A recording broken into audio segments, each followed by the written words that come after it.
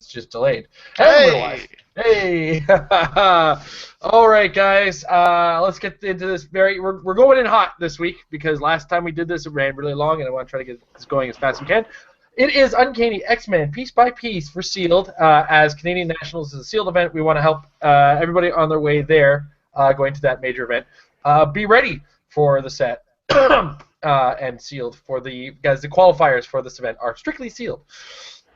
So, on that note, I want to remind everybody that we're brought to you part by HCRealms.com. Go in there, which is actually the site that's going to be replacing my face very shortly.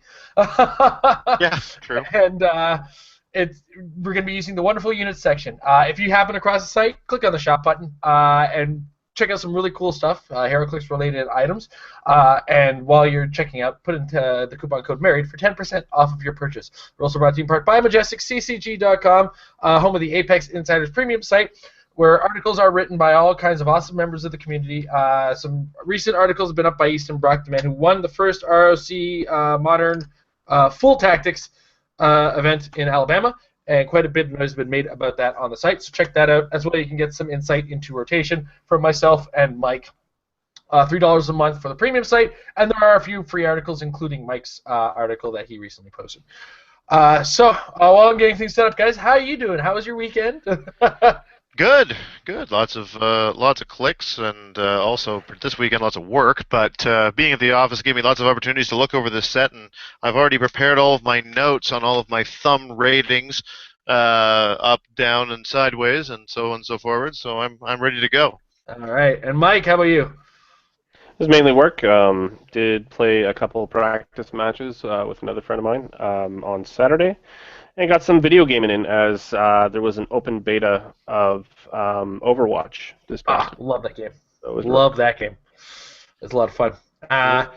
Myself, I got a little bit of Sealed in this since last week. So Wednesday and Saturday, I got a chance to play some Sealed in the set. Pulled really well on Wednesday. Pulled trash on Saturday, but still did well, which is again that sign that this is like we've been saying. The set is defined well after open. But with that said, this is the last you're going to get to see of Jason, because Jason is about to turn into the HC Realms unit section as we enter the Uncanny X-Men piece by piece. So we're going to start off. Oh, sorry, go ahead. I just wanted to clarify that the purposes of this is largely for us to look ahead at Sealed, yeah? Yes, absolutely. Okay. With the major event, of course, the next major event that we're participating in being Canadian Nationals, it's a good chance for us to talk about Sealed and share some of that insight with the fans who may be attending that event as well. So. And I just wanted to clarify for the world at large, I can't speak for these guys, but as with other things that we've done with these releases, I'll be giving some thumbs ups and some thumbs downs and some thumbs sideways. All this set very largely consists of good pieces. If the only things that got a thumbs down was a piece that was actually bad, then there'd be like 3 thumbs downs in the whole thing, and it would ultimately be kind of meaningless. So my own personal rubric for the purposes of this commentary is to give it a thumbs up if I feel like it's something that when you pull it open, it's one of the pieces you set aside and try to use that as the starting point of your build. And if it's a thumbs down, then it's a piece that you use to round out your build, to fill in something that's missing. Maybe you feel that your team is strong, but it needs some healing, so you put them on as an X-Men team member, or you get some TK to help the swing out and stuff like that. But if it's just a piece that's basically there to make a core better, then that's probably going to be a thumbs down for me. Thumbs down does not mean it's a bad piece. It's just not one of the first ones I reach for. That's what I want to say for clarity. For clarity's sake. To clarify. All right. So let's go into this, guys. First, we have Colossus at 50 points in the common slot 001. What you see is what you get for stats, X-Men team ability, all new, all different X-Men trait, which is shared across several characters, so this is going to be the last time I talk about it. It's a unique modifier that when this character is healed by the X-Men team ability, modify its combat values except damage by +1 until your next turn. Starts with some invincible, goes to invulnerable, goes to toughness, super strength for first 3 clicks, starts with charge, turns into sidestep for the rest of it. Tom, you get to talk about Colossus first. All right. Well, I'm giving it a thumbs up because I think that for 50 points, this is one of the better damaging bricks in this slot. I mean, there's quite a lot of competition in the sort of 40 to 60, 70 point range in this set as far as output is concerned. But the two things that define Colossus for me are, number one, the fact he's got the super strength that doesn't go away even after he's taken a hit, so he's probably going to be able to get use out of that object.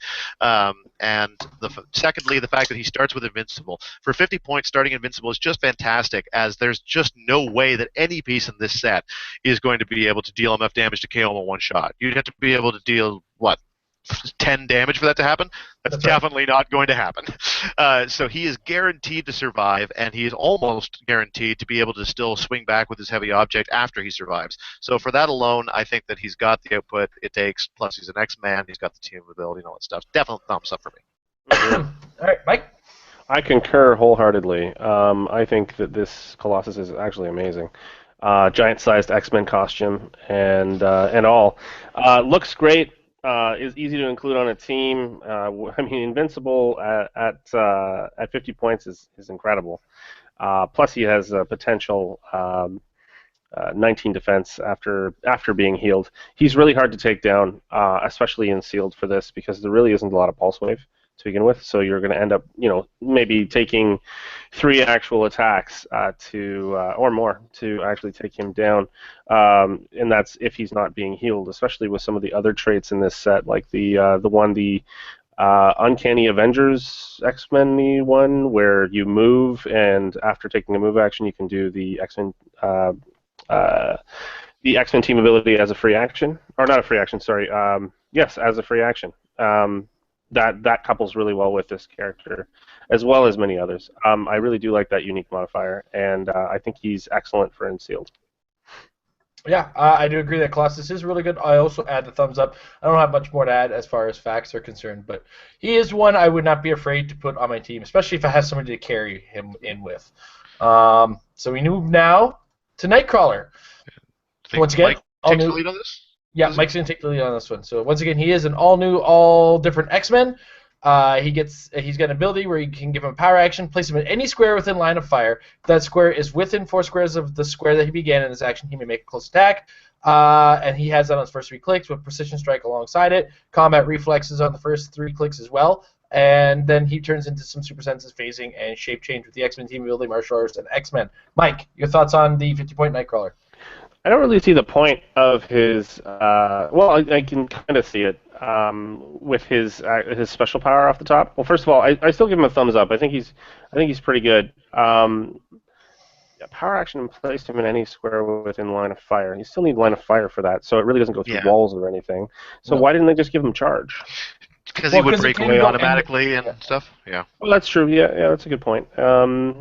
You can go past again, he's one of these 50-point characters with that trait, so that's also a very good thing. And his dial is actually really good overall, especially with the 2 rollouts at the end. He's not an easy 50 points, just like Colossus does it just through soaking, but he does it through evasion, and it feels appropriate for the actual character itself. Yeah. Thumbs up.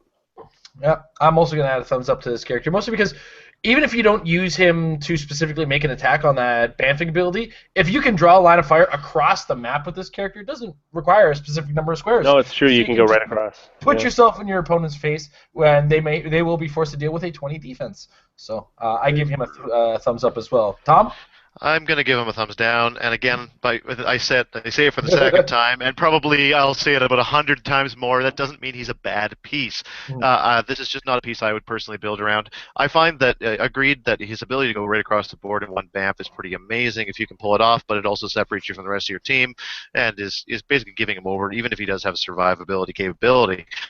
Past that, as I see it, his BAMF is hardly an improvement on charge. It's more just like an alternate version, because at least charge can go around walls, go around other characters and so forth. This guy's got to see where he's going. So it's a 6 of one, half dozen with the other situation. So when I look at it, I'm just seeing an alternate version of charge.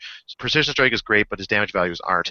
And even though he's hard to take out, he's also not especially tempting to take out, because he's not really doing much other than tying you down that's that annoying. Ultimately, just break away.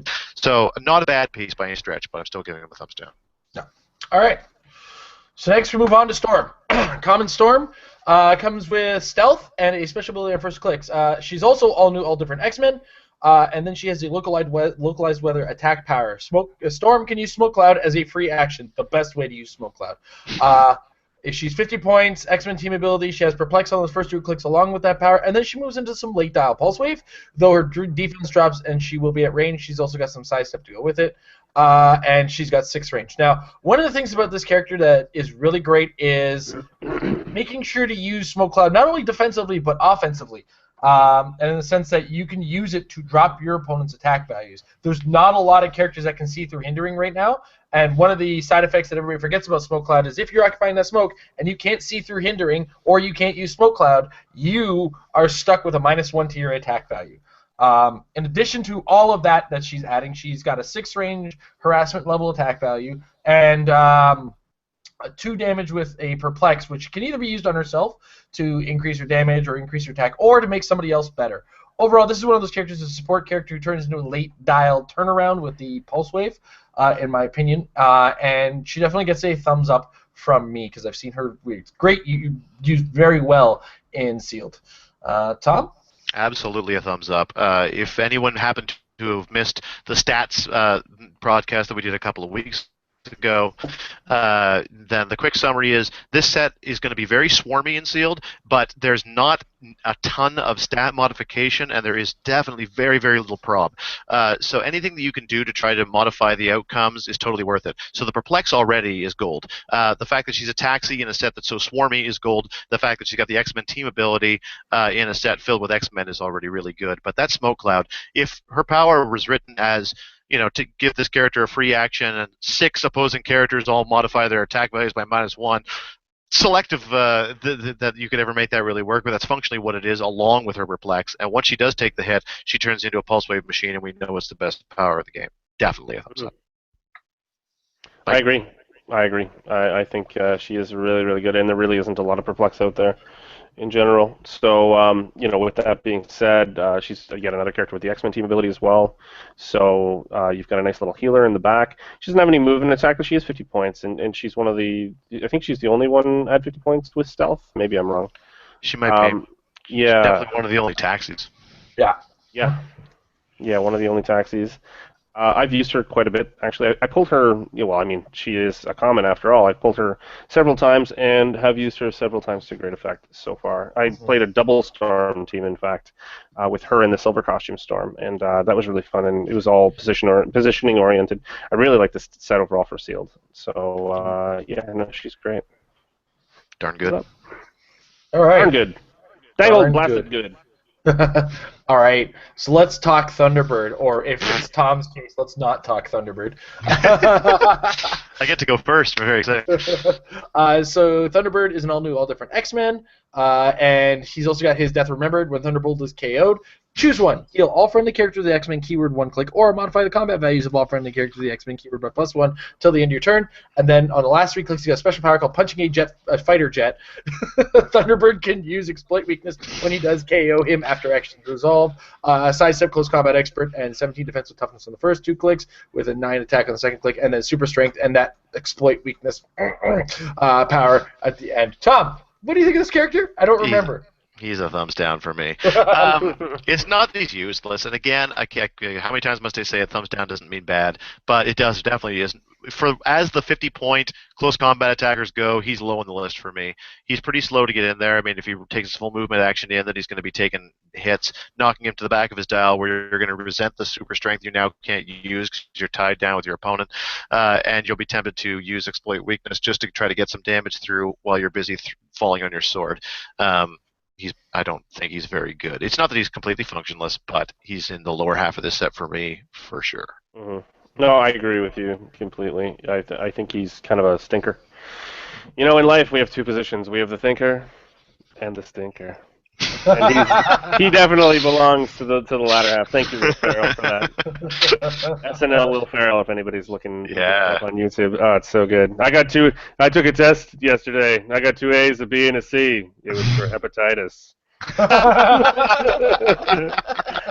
Oh man, I love that. Anyway, totally off topic, but he's a soldier, so Jason should like him. But no, he's a thumbs down for me for sure. I should what? Don't put words in my mouth. I do have an issue with characters who require giving my opponent 50 points to be of any worth. You play swarms, which implies that you're going to be giving. Which implies I'm going to give people up, but I'm going to make them work for it on your terms, right? Yeah, exactly. Swarm to death. Yeah. Yeah. I'm going to swarm them, and they have to do the work. So yeah, I think it's a unanimous thumbs down on Thunderbolt. Though I can't 100% say he's completely worthless, but for it to be of any worth, you have to be shot and then get to this last dial and then hit somebody for 5 to say, okay, now I made him worth it. Which, like Tom was saying, you're already tied up because you want a Thunderbird in there anyway. If you've got 250 points of an X-Men themed team already that you're really happy with, then by all means, throw them on. Yeah. You round out the team with them, but don't reach for them. All right. This one is one that Mike's been quite fond of, and that is the Emma Frost. We won't talk about the extra 5 points with the trait, but I mean, you can do that if you happen to pull it and pat yourself on the back of your luck. Basically no possibility, but if you get that lucky, then yeah. But yeah, she does have a special power. No chance. That's what you got.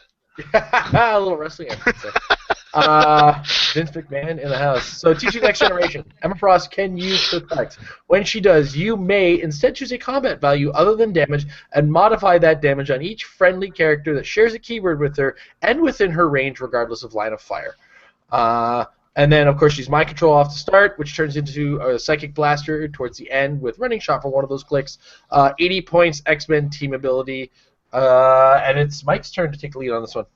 She might be the best support character in this rarity, I think. I give her a big thumbs up. That Perplex alone is incredible, especially in Sealed, because it's very, very, very, very, very possible to get an X-Men theme team. The ability, I mean, within 5, everybody's getting +1 to whatever value. So, I mean, it takes a little bit of careful planning. But, during one of your more aggressive turns where you're having multiple people attack, hopefully more than 3 because there's a lot of leadership in this set, and it is valuable because of the low point values, you'll be able to get, 4 attacks off in one turn with +1 attack or +1 damage, whatever you want. Just really... other than damage, yeah, it would be attack in that particular case. Really, really good. I love the fact that in the middle of her dial, she becomes that attacker that you want her to be, and becomes actually different defensively, because instead of having a rollout, she ends up with higher stats. And in this set, hitting a 19 can be difficult. Mm-hmm. All right. Myself, I'm going to definitely agree that Perplex for a whole team is great, and in this set you are going to have whole teams to give Perplex to. And, that 5 range isn't as limiting when you're playing a bubble or a bubble of Swarm. It's not that hard to keep them that close together. Mind Control is a great power, especially if their team you think is better than theirs. Well, make their team yours. Mm-hmm. And little late dial Psychic Blast to get through the occasional need to chip some late in the game defense powers will go a long way. Tom? All right, well, ready for my first unpopular call of the day. I'm going to give her my thumb sideways, and there aren't very many characters I've given a thumb sideways to. Here's what thumb sideways means. Thumb sideways means that her ability to be this or this, that was thumb up or thumb down, is entirely dependent upon what else is in the case. So I'm not going to give her a thumbs up just in good faith, because if you don't pull more than 1 or 2 other X-Men, then if her range was more, then I might be able to get more use of her Mind Control. If there wasn't more than just one click of Running Shot, I might have better confidence in being able to land on it and use it effectively. For 80 points, as compared to some of the things that we've been seeing for 50 points, I mean, Storm can modify more values in total for 50 points than Emma Frost can. I mean, selectively, and it's on your opposing characters, but it still is there, and she ends out the dial with even better clicks, and she's cheaper. So I can't, in good faith, give Emma a pure endorsement. She is a thumb sideways, because if you're already got X-Men, then she's great. But if you don't, then she's not, in my opinion. I mean, to kind of counteract that last point you made, though, she can use Perplex either way. Oh, no, she can definitely use Perplex either way. But to me, she's 80 points for Perplex. Okay, I see. With less range, and she's not a taxi, and blah, blah, blah. I can see your point. Yeah. All right. Next up, the Prime copy of the same figure. but a very different functionality. You bet. And that is the Diamond Form Hemifrost, the Prime. So she's very, very simple. What you see is what you get with the exception of the last click, where she's got the ability to stop and use invulnerability. That stop power, of course, does add the fact that that power can't be countered or ignored. Mm-hmm. Also, Emma Frost takes a minimum of maximum of 1 damage from ranged attacks. She comes with Outwit in the front, which is a power that I'm finding is less and less common in this set. And she's got the X-Men team ability. She is indomitable. She comes in at 125 points. I do sort of have to put my thumb sideways on this one. And there's going to be a couple of characters that do this for this specific reason. If she doesn't have somebody helping her get up there, I'm not going to use her. I'm going to need an Angel, I'm going to need a Vanisher, I'm going to need a Storm, I'm going to need somebody helping her get there because I'd rather her use her 2 actions to actually go offensively 2 turns in a row as opposed to actually, using any of her actions to get up the board with her. That's where I see the figure. It may not be the same opinion as some, but I'll pass it on to Tom. I am going to give her a thumbs up. It's a bit of a tentative one, but I do think that it's just hard to say, hard to go wrong with a dial that thick with reducers, as well as the fact that she's only taking 1 damage from range. This is not a range-heavy set, and so that trade's only going to come into effect some of the time. And she's otherwise got a great big old dial. The fact she starts with Outwit really is what clinches it for me, because her biggest enemy is Outwit. Getting close, outwit her, and suddenly she's an awful lot of points for not a very deep dial, despite the fact she does have a stop click. However, because she has the Outwit to preemptively take away Outwit from Scrambler or whomever happens to be on the opposing end trying to take it out, I think she needs to be played more carefully than you might think. You might be just thinking, ha, brick, away she goes to smash things. And No. then you will lose. No. Then you will lose for sure. She has to be played more carefully than she seems. But I believe in you, internet people who are watching this show. I believe you can make it work. So she's a thumbs up for me. All right, Mike. In sealed, thumb sideways. Reason being, she looks really, really good at first glance, and then you bring up the whole point of outwit ability and everything else, and the fact that she's 125 points, and people will look at her as that brick. I think she's really good in constructed. In fact, I've been building with her a little bit lately because of that trait, and you put her next to Superman Blue, and it does stuff. But yeah, on her own, pulling her in sealed. Well, first of all, you're probably not gonna be able to use her with that 5-point trait from the other Emma. No. No, it's just really not gonna happen unless you, I don't know, have like 5 rabbits feet up your butt. There's not a lot of range.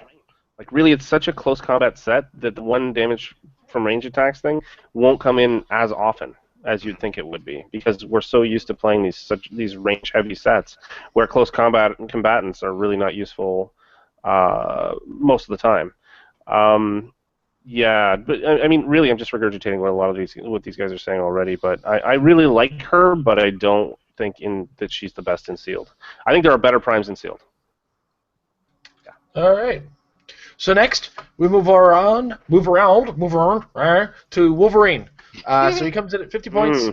Combat reflexes start. All new, all different X-Men, which is what you get on the dial. He's got a healing factor. When he clears action tokens, you may heal him 1 click. We're now to Tom. Tom, what do you think of Wolverine? I'm going to give him a thumbs up. I like this Wolverine a lot, if only because of the fact that he's so aggressive and he's almost impossible to ignore. Here's the guy that when you run him across the board, and by all means, be as aggressive as you want to with him, because when he gets in close to the opponent, he's going to be hard to take out thanks to that combat reflexes. Again, not a lot of stat modding in this game, or in this sealed environment, so 19 defense is pretty considerable. And then there's the lingering doubt in the back of your opponent's head, if they know anything about the dial, that if they can't get the job done in 1 shot, and they probably can't, then they're going to be looking at some flurry blades with outstanding values. I mean, look at that last click. Fear of that last click alone will make your opponent overextend themselves sometimes, and that's okay for me. This is unlike Thunderbird, where I feel like I'm just giving points away. Here's a guy that's going to command so much attention that he's worth his points in getting into your opponent's head. I don't expect he'll survive a lot of games, but he'll force people to take pushes they don't want to take, or to divert attention away from higher point figures because they're worried about what this guy can do. Because blades can, 1 good blades roll can just be dominant, so you can't leave him alone. So thumbs up. Mm. Mike? I agree. Actually, thumbs up. I would say for almost all of the 50-point characters that exist in this set, they're all pretty much thumbs up for me. Except for one that we already talked Except about. for one particular. Yeah, punching airplanes is stupid. So, yeah, as Tom said, hitting him really hard right off the bat, even getting past that 19, he is going to end up on 4 or 5, considering the damage values of this set, and that's where he wants to be. So, go to town. That's fine. Throw him out there. Get him out there. If you get some TK on your team, which there's not a lot of, get him going. He's really good. Yeah. Yeah. I have to be the conscientious objector and give him a sideways thumb for one specific reason. My name is Jason Collins, and I have a dice problem. And a lot of his damage comes from his blades. That's where I'm going to go with that. He's good. I'd probably still play him, but later when he rolled 1s and 2s for me for blades. So carrying on to actual, but yes, okay, he's good figure. I'm not disagreeing with anybody under any circumstances. I'm just saying that he's not for me. Hey, Genoshan Magistrate. Comes in at 30 points. Special power, he can use Incapacitate when he doesn't hit. After action resolve, you may place the hit character adjacent, so I'm guessing adjacent to him. 10 attack, phasing. Which is what you get after the halfway point. His first 2 clicks, he gets the, that special power. He has 30 points with the PD team ability, police, and soldier keywords. Mike? I do like the PD team ability. I'm going to hold my thumb back for a second here, but I like the PD. I haven't had a chance to really use him. I have several of him, but PD team ability is great, and there's not a lot of it in this set. And as we said before, there's stat modding is so important.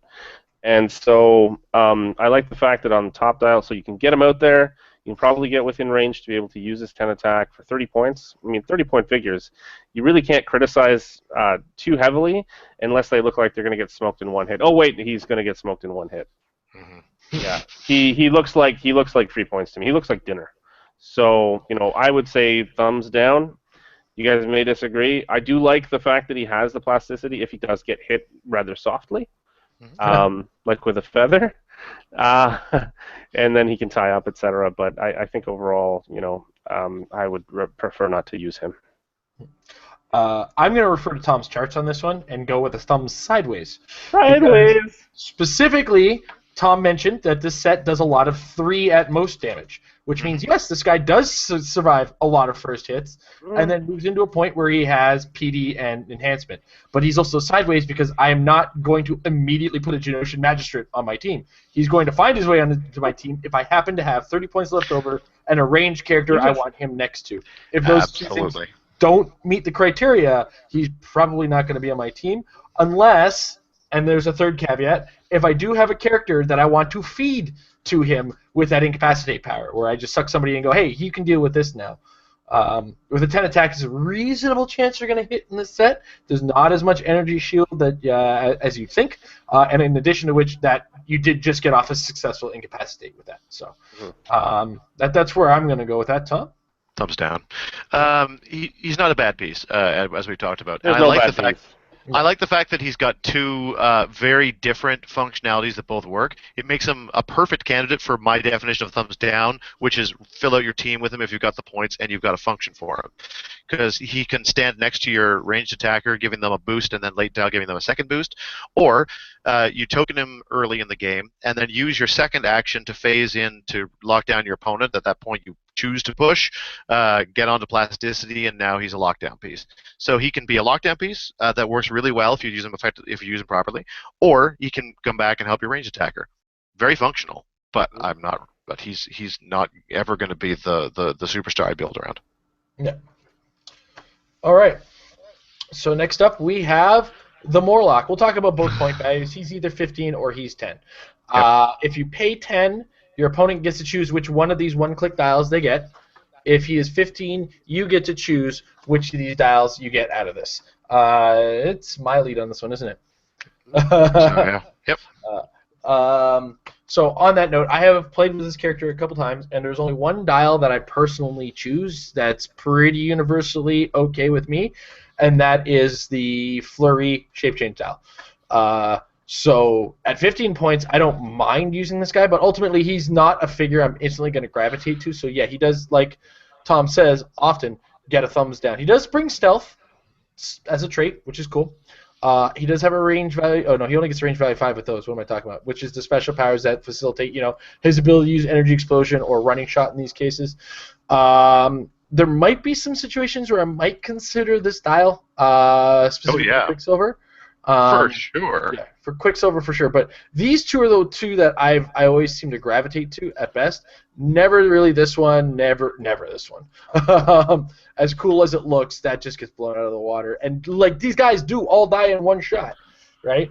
So this guy is going to die at range. This guy has the most universally. Sorry, I'm clicking on the wrong thing. This one here is going to die at range right here. And then this one is probably the most universally survivable because of that shape change. But that's really it, right? So he gets a thumbs down for me, though if you do use him, there is use for him. At the risk of sounding like a hypocrite, I'm actually going to give him a thumbs up, and I'm only going to say that because he is so cheap that it's going to be very difficult not to fit him on a team. Like he's so cheap that unless he's going to break a theme that you're otherwise building for, in which case by all means leave him aside. Other than that, at 10 points, come on, you'd have to have a really nice round build to not have room for that. And so because he fits on pretty much every team that isn't already a theme team, then at either point value, I think that he's a perfectly acceptable use of his points. And again, he does sound. Admittedly, he's not going to be the first one I reach for, but because he is going to be on pretty much every team I build, unless the points just don't work out. And with honestly 10 points in a 300-point setting, I think he's pretty much always going to work out. Just don't break theme with him. No, that brings me to my point. I wouldn't break theme for him. I give him a thumb sideways, because if you have 15 points over or left over and you still have and you don't have theme, then yeah, throw him on. But if you're at 285 and he's the difference between having theme props and not, then don't. Yeah, okay. Thumb sideways, I think, is probably the best bet. Yeah, that's what I would say. For 15 points, he's tremendous. I mean, I would not not let my opponent choose his starting line, so I wouldn't want to use him at 10. Well, I mean, if you've only got 10 points left. My rebuttal to what Jason was saying about some of the dial picks, though, would be that I'd probably choose him on his running shot dial a lot of the time, just because he does have stealth anyway. So, and in this set in sealed, there's not a lot of stealth busting in general. And I mean, 5 range is still 5 range, and there's not a lot of range. So. And what's funny is that I would definitely choose his leap climb blades dial under certain circumstances too. Leap climb, No, leap climb gets you where you want to go. It makes him a tie-up, and again, he's going to be scored, but he's a tie-up you can't ignore because 10 attack blades. No one wants to say like, oh, he's just a Morlock, and then find him attacking with a 10 for 6 damage, and have you cursing the fact you didn't take his 15 points. So again, the distraction is worth it. Well, I think what we're illustrating here is that he's a Swiss Army knife, and so. We all have different perspectives. Yeah, absolutely, and depending on what you're going up against, you do have a lot of options. So if you're playing in a 3-round sealed or more, depending on what level of play you're playing it at, he does fit into a lot of different categories, but still some sideways because of that whole theme thing, because it's really easy to achieve theme, and prob is better than no prob. That's true. That's true. All right. Since everybody wants to go against me for fucking all day. Whoa! F-bomb! He dropped it. It's getting real in here. Arclight, 10 points. This is a Mutant Massacre one, so one of the Marauders. She's a Femazon soldier as well. Mutant Massacre trait, which this will be the only time I talk about this. First time during your turn that one or more opposing characters are KO'd. After action is resolved, choose one. This turn, modify this character's speed, attack, and damage values by +1, or heal this character for 1 damage. She also comes with another trait. When Arclight misses 1 or more close attacks, after action is resolved, she can use Quake as a free action. She comes with Force Blast on the first 3 clicks. Invulnerable to start, with some Close Combat Expert to go with that. 16 defense with toughness, and willpower towards the end, and some Battle Fury at the end. We just started with me, so it's Tom's turn to talk about Arclight. I'm going to give her a thumbs down. the Marauders are mostly really good, frankly. Fantastic low point functionality pieces. This just happens to be, I think, the worst of them. It's not that she's terrible. Like, how many times must I say the thumbs down doesn't mean bad? But honestly, look at this dial and compare it to Colossus, or look at this dial and even compare it to Thunderbird, and I think this is still better. Oh, don't say that. I know we laugh at Thunderbird, but he's at least he got more damage output potential towards the end of his dial, and off the top he's a little bit harder to hit, and at least he can sidestep in with his close combat expert. This piece, just again, not a terrible piece, but when I look at her at 50 points as compared to some of the other 50-point options in this set, then I have to give her a thumbs down. Mm-hmm. All right, Mike? I'd give her a thumbs down too. You know, the blanket statement that they're all of the pieces in this set are potentially good. I've seen it in action and played well, and because of the close combat expert, as soon as you're basing, it's funny. Somebody played her and who's that other? It's not Thunderbird. It's his brother. Warpath. Warpath with his defend late dial. He positioned in such a way that she was being defended, so it gave her that +1 at least, or not +1, but the replacement of 18. And that was the difference between hitting and not for me in one scenario. And then she has the potential to do 4 damage. And realistically, there's a lot of 17 defense, so you don't have to put it into attack. A 7 is an average roll, so yeah, totally. 4 damage is pretty decent. And then having the Mutant Massacre trait on top of it, that's a great trait. I really like that trait. There's a lot, because it's so swarmy, you're going to end up in a lot of cases where this is being activated. So you're able to then, do even more damage. It's pretty good. I still give her a thumbs down, though, because she doesn't fit into a lot of the teams that I want to be playing when I'm pulling out of Sealed and what I've seen out of Sealed, and I didn't pull her in Sealed or pre-release. So I didn't have an opportunity to try and build out that pure Marauders team. Although there are enough to be able to possibly do it. I mean, I'm kind of arguing both sides at this point. But overall, I do like the Force Blast, but I'd still give her a thumbs down, considering what else you can get for 50 points. Yeah. I'm giving her a thumbs down in the situation that there will be a point where I do play her, and there will also be a point, which is every game that I play with her, that she's going to be using Quake. So next up, Blockbuster. Blockbuster is also a Mutant Massacre character, but he's also got the brutal display of Might trait. When Blockbuster hits with a close object attack, so close combat attack using an object, after actions resolve, modify all opposing characters' defenses by -1 until the end of turn. And then he's got super strength across the board, 10, 11, 10 on his first 3 clicks, 18 defense to start with invulnerable. He is indomitable, 3 damage across the board. Mike? I give him a thumb sideways. I know he was one of the characters I talked about in a previous episode where I gave him a thumbs, like he was on the lower end of the characters for me. The top 3, bottom 3. But in this particular case, I would give him a thumb sideways because situationally he could be very good. Problem being with him is that he has charge that is 3 movement. That's it's not very far. That's like one. That's like a Kenny sidestep. The Pena step. If I remember correctly, Kenny's going to be a Canadian national, so I don't speak on behalf of Mike. And we ain't married with clicks, do not. Oh, please, grow a pair, Jason. Oh, I got a pair. I'll just hold it to his face. His trait, however, obviously Mutant Massacre is awesome, but the brutal display of Might is really good too, and it's relatively easy to hit with him. So if you can get a TKer involved or a taxi to get him out there, so he's not taking tokens to begin with, I would give it a thumbs up in that scenario. So thumb sideways for me on this. And another positive thing about him is that he has Indomitable, which for 65 points in this set is really, really rare.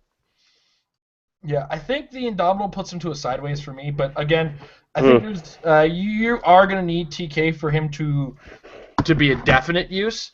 Right. You are going to need a carrier and good positioning on your objects to make you want to use him. But here's the thing that I do like is if he does happen to hit with that close combat attack, or with an object rather, the rest of your team can capitalize on that with that -1 to their defenses, which is a pretty big effect. And it could be a light object even. It doesn't matter the size of the object. He just has to hit with an object in close combat. So if you can build a team to force the situation, use them. That's why I put him sideways. but at the same time, don't try too hard to do so.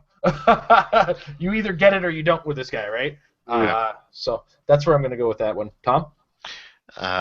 Just call me James Dean because I'm a rebel, and I'm going to give this guy a thumbs up because there aren't that many sources of opening 5 damage in this set, and this is one of them. The fact that he's going to keep that object regardless, I mean, you could always outwit the power, but other than outwitting it, no amount of damage that doesn't KO him is going to force him to drop an object, so there's a pretty good chance he'll be able to get that attack away, and the Indomitable, I think, is kind of worth its weight. It's very easy to compare this guy with Colossus, and frankly, Colossus for 15 points cheaper, even without the Indomitable, is still a better piece, but you cannot rely on pulling Colossus. So Colossus, to me, is a big thumbs up. This guy is also a thumbs up. I've pulled Colossus every single time, like in every single sealed and pre-release. Really? Well, in that case. I pulled so much Colossus in my unboxing that he stopped showing up in my sealed, so that's a sign to a degree for me. So we move now to Harpoon. Starts with sidestep, range combat expert. He's a mutant massacre character. He's got the pin him down trait here. When Harpoon hits with a range attack, the hit target can't be moved or placed until your next turn. 6 range, running shot in the later dials with precision strike. And I believe we move to Mike for Harpoon. No, I started the last one. It's my turn. This is one of those guys I want to give a higher rating than I have to give, and I have to give him a sideways because. Even though he does have a 6 range, he's only got sidestep to move with it, which means he's not guaranteed to get the one shot off, and that makes him very easy to base, therefore taking away the effect of pinning people down. He doesn't come a sharpshooter to get around that, though he is only 50 points. It's the fact that nothing is going on in that defense slot that really makes him not really a high point for me. Again, much like a lot of characters in this 50-point slot, I won't gravitate towards him immediately, but I will find a use for him somewhere if I'm forced to, and I will do my best to make him work. And if he does work, my God, your opponent is going to be frustrated with him working because you are going to be targeting a close combat piece, pinning them down, and saying, you ain't coming over here. So I'll give him a diagonal down. Between sideways and down for Harpoon for me. Tom? I'm going to thumbs down him as well.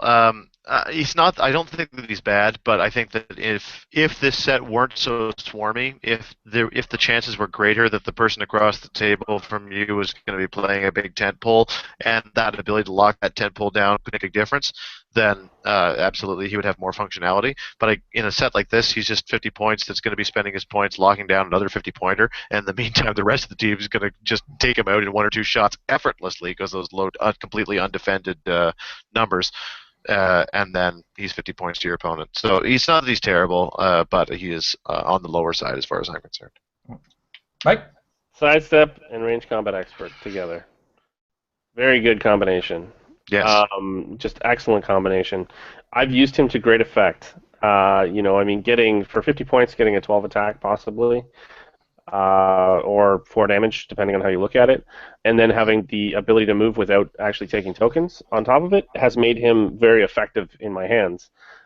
With other teams where the main attacker running shots out, and then you sidestep him in front to block and take another shot as well. I like him, but I still have to give him a thumb sideways because there are so many, he's just made of glass.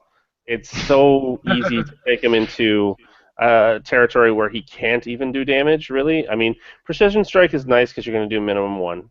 And the Precision Strike at that point gets through Super Senses, obviously, with Running Shot. I like him a little bit better than Blockbuster, but marginally, and he is a thumb sideways for me. All right. So next up, Miss Lady Mastermind. She's got a special movement power across her entire 4-click dial. Lady Mastermind can use Mind Control and Stealth. When Lady Mastermind uses Mind Control, after action is resolved, give the hit target an action token. Willpower to start on the first 2 clicks along with Shape Change, which turns into Mastermind and Perplex. She's 45 points with 5 range. Tom. She's getting the thumbs down. I'm sorry. Don't apologize to me. I didn't make her. Mastermind's a great power, or not Mastermind, although it is also pretty good, but Mind Control is a great power, and it's a wonderful thing to have, and you're not necessarily going to see it coming when it's coming from stealth. The problem is that it's stealth with 5 range, and it's, it could work, but you're committing so much to put her so close that you're really putting her in danger in the hopes of getting there and being able to use it next turn thanks to her willpower, and if your shape change doesn't work, terrible things could happen.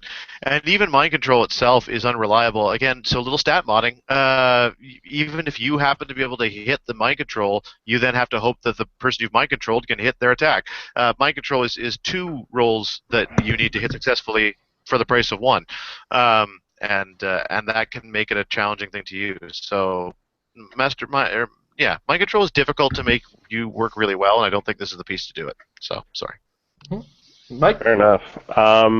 Yeah, if she had the Marauder trait, then the Massacre, then I would give her probably a thumb sideways, but right now she's a thumbs down. If she had the Brotherhood team ability, so that at least her move actions weren't counted. Yeah, that would make a big difference. I mean, I can see how, the stealth, even though she only has 5 range, the stealth helps because then you can't outwit her Mastermind ability, which is the only reason to use her, really.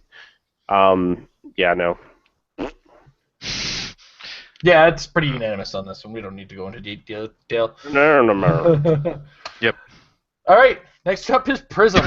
35 points. Mutant Massacre Tree, power me up. When making a range attack, Prism modifies his damage value by +1 for each adjacent friendly character with printed damage of 4 or printed range value of 4 or more.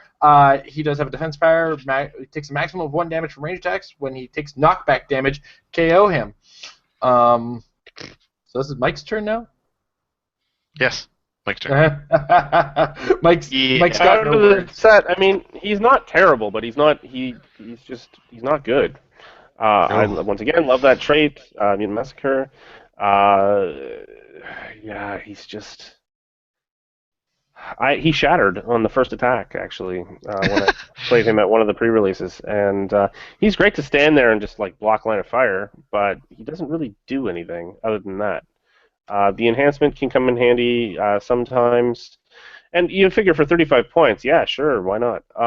But there's a lot of other options in this set that are better. Mm-hmm. And I also want to point out that, yeah, he's great. He takes, 1 damage at range. That's cool. And, he's got enhancement. He's only 35 points. But they put him in the same set and KO'd him in the same set that is easy to do for free with the Freedom Force. And there are 5 or 6 characters in this set with the Freedom Force trait, which, is basically free. So if if Prism happens to be next to somebody, which he will be, and happens, that character happens to be more important, the Freedom Force guy is just going to knock away Prism, throw him into a wall, free damage on that one. All right, now let's talk about this other guy who I really want at the base. So, as much as I want this guy to be next to my range guy, big thumbs down for me. Tom? I want this guy to be inside the box. It's one of those clear plastic pieces you don't want to see in your pack. All right. 35-point enhancement isn't bad in the big. Well, you open the pack and you think you got Prime Kitty Pride. Yeah. And then it's like, damn it, I got Prism. Oh, no. I'd throw him against the wall and say, there's your knockback damage, buddy. All right. Why? Yeah. Lucky Jason gets to take the lead on the next one. Oh, boy. Riptide! Riptide is... I heard he's all right. He does the trick when you need to. Yep. Riptide is 3 range, 45 points. He's got sidestep across the board. He's got a special power across the board and energy shield across the board. What is that power he has across the board? Oh, he's also Mutant Massacre, which is cool. When Riptide uses sidestep, after actions resolve, he can use Pulse Wave as a free action. He also has improved movement, ignore characters. So if you want your opponent to target one guy for 3 or 4 turns while he sits in the middle of your guys, pulse waving, dealing 1 damage to everything, doesn't care about your powers, Riptide's your man. Riptide definitely gets a thumbs up from me because he only takes up 45 points of your team, and you got to think of the cumulative damage that this character can deal if he's in the midst of a lot of figures, which is bound to happen with this guy. He can deal 3 to 4 damage in a single turn out of a 45-point character, and that's across multiple characters, of course. But still, That's pretty good return on investment from Riptide. So I'm going to give him a thumbs up. Mike? Hey, it's my turn. It's Tom's turn. Tom's turn. I know, Tom, you like him, so... Only 5 pieces in this set get the coveted 2 thumbs up from me, and this is one of them. Even though he's 45 points, he's the first piece you should be grabbing when he comes out of your booster, except for possibly really one of the other 4. But the fact that he will never, deployed correctly, he will never count towards your actions to the turn except for possibly his very first move action, and every single turn he will be attacking with Pulse Wave, the best power in the game. Come on. Yes, of course your opponents will jump all over and KO him. That's a given. But that he's commanding way more attention than 45 points should. And he's the first of 2 pieces in a row where the theme of commanding far more attention than their point value indicates is true. So absolutely 2 thumbs up. Yep. I guess a swing of 11 for Pulse Wave is okay. It'll do. No, that's not even a swing. That's the movement itself. The swing is even further. It's 11 plus 2, so 13. Yeah, swing is 13. Yeah, it's half the board right there. That's awesome. Really, really, really good. So yeah, thumbs up. Yeah. All right. So next up, Scrambler.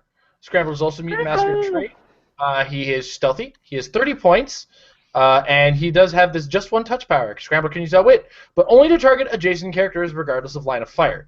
When he does, counter all powers showing on the target's dial. Tom? Can I just take a moment also to say that for everybody who's ever been in an argument with somebody that says, of course I can outwit them, I'm standing right next to them, just keep this guy's card in your pocket as a reminder that, like, why would they need to make the special power be written this way if your argument is true? Anyway, it's a pet peeve. But I'll let it go. The rule of diagonals, kids. Read it in the rule book. Thumbs up for sure. He's absolutely a great piece because, again, for 30 points, he's commanding a lot of attention. And it wouldn't surprise me if anybody who hasn't done their homework thinks that for 30 points he can't possibly be more than 3 clicks with a power like that. So he might very well survive the first hit. I played a sealed game last week in which it took me like 4 attacks to KO Scrambler, and it was all I was trying to do was KO Scrambler, and I couldn't. My dice were kind of terrible. In the meantime, I got my team got picked apart. I would like to say that we both played well, and I rolled poorly, but I believe I may have been beaten by Scrambler because he's so good, and just a few turns of me trying to KO him unsuccessfully was all it took for him to completely shut my team down. So really, what a piece. So 30 points, just dynamite. Even if he gets KO'd the very first time he steps out, who cares? He's been worth it. Mike? Thumbs up. For those of you who try Not to really thumb. anything that needs to be said beyond what Tom just said. He is excellent. Yeah. Dominating. Yeah, and even to add to Tom's point, even if he does die, he'll generally get his effect off on at least one character, which can swing the work that you're doing on that character your way very, very easily. Anyway, so next up we move to Mr. Stonewall. Stonewall is plasticity across the board. He comes with a special power on the first 2 clicks. Oh, he's Freedom Force, by the way, which we'll start with now. When this character is given a move action after action resolve, he can use Force Blast as a free action. Note that comes attached to the Brotherhood of Mutants team ability. He has 70 points. His other trait, Stonewall can't be knocked back, moved, or placed by opposing game effects. And his special power, Stonewall can use Invincible. If an adjacent opposing character hits Stonewall and the attack roll is doubles after action resolve, you may knock back the attacker a number of squares equal to their damage value. So funny. He's hilarious. Whose turn is it on this one? I've lost track. It is Mike's, right? It's my turn, yeah. Yeah. Sum up. So good. He's the best tie-up, I think, in this set, possibly anyway. Other than 115-point Wolverine, which we'll get to in a little bit, the fact that you have the choice of either doing the free action knockback when you move in, or just keep him there with the plasticity, and then on top of that, having great values. 11 attack, 18 defense, with Invincible for 70 points, fantastic. 3 damage on top of that, so you're getting by most Well, unless you roll out, of course. The rollouts always get around this, but at least one damage is going through on most other reducers. So there is that. I love the idea of going up against a team on a map with a fair number of walls, and being able to go up next to somebody and bash them against the wall, and then make them stay next to you and go, what? I love that. It's just so good. Yeah. He's awesome. Yeah. I mean, close combat expert later in the dial is kind of helpful too. Yeah, I'm gonna echo your thumb up, but I'm gonna add that if you happen to have somebody who can carry, like the rare Nightcrawler, which we'll talk about later, or the rare Angel, again we'll talk about later. Anybody who can carry this guy, he gets a second thumbs up, because you are going to force your opponent to have to deal with him, and they don't want to. Believe you me, they don't want to have to deal with this guy. I can't believe he's only 70 points. I'm in love. With Sorry, go ahead. With the restriction of actions and it being, so swarmy, as we've said previously, the fact that he has Brotherhood of Mutants TA on there is just so useful, because you can take that fourth action per turn as a result just to move him and then do the free action knockback. It's crazy. Yeah. Tom?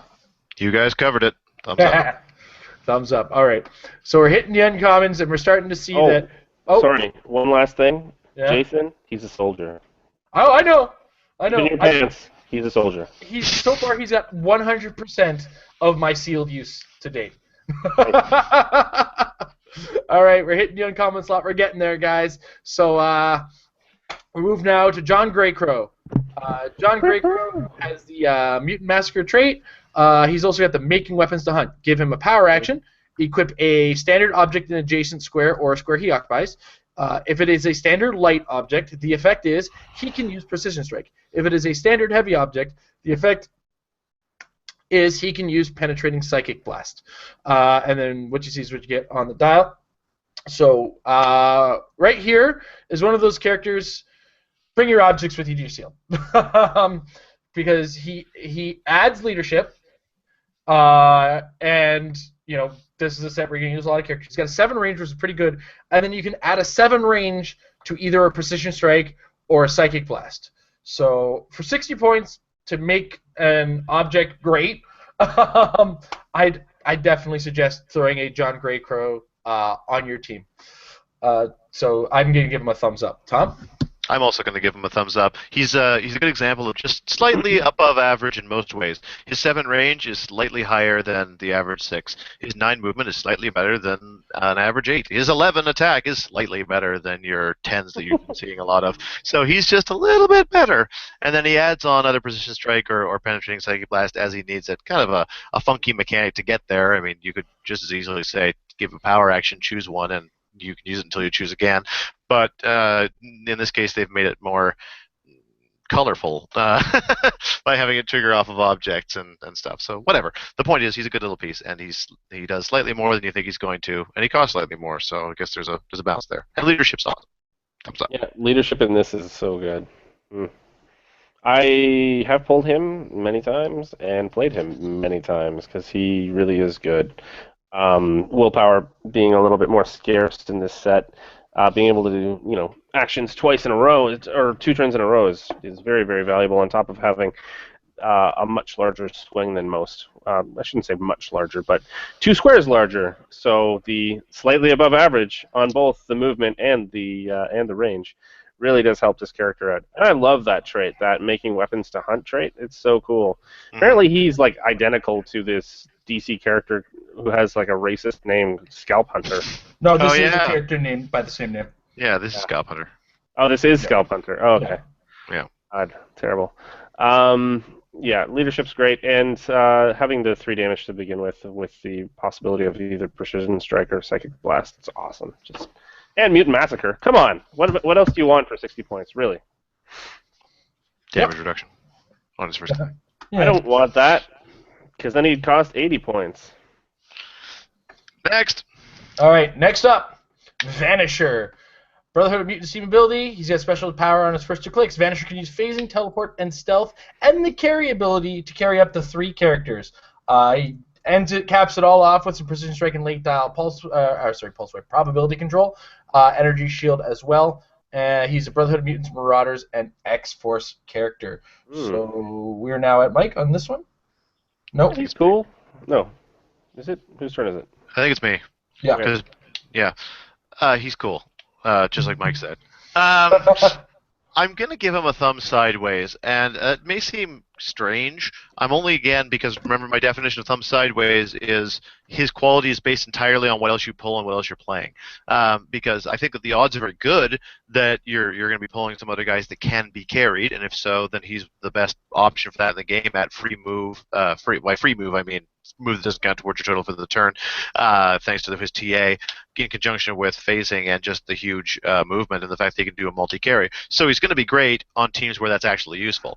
Mm-hmm. He's only doing that, considering he's got no range and his values are pretty crummy, so he's going to be at best just poking away in close combat. His late dial prob could come in handy, but that would require anyone to be paying attention to him, and I don't know that there's not a lot of reason to do so unless he's being played on a team where his carry really makes a big difference. Therefore, thumb sideways. Yep. All right. Mike? I agree with Tom wholeheartedly. He is cool, but once again, thumb sideways. I like the taxi ability that he has right off the start. It's very useful in a set like this. But overall, I could probably use my points to do more damage than what he has to offer. And yeah, I mean, you probably will end up seeing the probability control at some point. But I don't know. It just doesn't really hit home with me. Yeah, it's okay. I'd probably lean more towards the up on this guy, mostly because this set is so close combat oriented. I want my guys there, and moving them 10 squares to get there and not taking one of my actions to do it could go a long way. But it also, there's also not a lot of flyers, so I don't see myself building a team that's just going to say, I'm not going to be able to use Vanisher's carry ever. So, but do pay attention to that. It might happen. Yeah. Yeah, I suspect he'll make some scene in the new constructed as we move forward. It wouldn't surprise me if free move triple person carry with phasing and stealth has a place in the new meta after the retirements happen. Yeah, we're losing a lot of taxis in that. For sealed alone, it really does depend a lot on what else you pull. Mm-hmm. Yeah. All right. So we move on to the other brother. The other brother. From the same mother? Warpath comes with the Brotherhood and X-Men team abilities. He has 60 points. Charge, exploit weakness off the first 3 clicks. And yeah, he doesn't even need to die to use it, too. No. Oh, shots fired. And makes Xavier pay opposing characters using the X-Men team ability decrease the result of their roll by 1. So, Mike, what do you think of Warpath? I think you big misinterpretation of. So anyway, first of all, I'm going to give this guy a thumbs up. The Brotherhood of X-Men is awesome. For 60 points, I think he's worth using. There are better 60-point characters, but I'd still give him a. He's kind of like like that. So a middle to upper. And there's been some confusion about the trait. From different characters that are just pulling him for the first time and seeing him. These opposing characters may use using the X-Men team ability decrease their roll, the result of their roll by 1, and that's not all of their rolls by having him on your team. Yeah. No. That's the roll for the X-Men TA, meaning the roll that determines whether they take damage or not. So it's good in that way because it's gonna almost guarantee that they take damage from using the X-Men team ability. But it's not going to affect the rest of their rolls. Can you imagine that? Like pulling it in a set and being like, oh my god, everybody's going to die! Yeah. Because that happened more than once recently. And I had to clarify it for a couple people.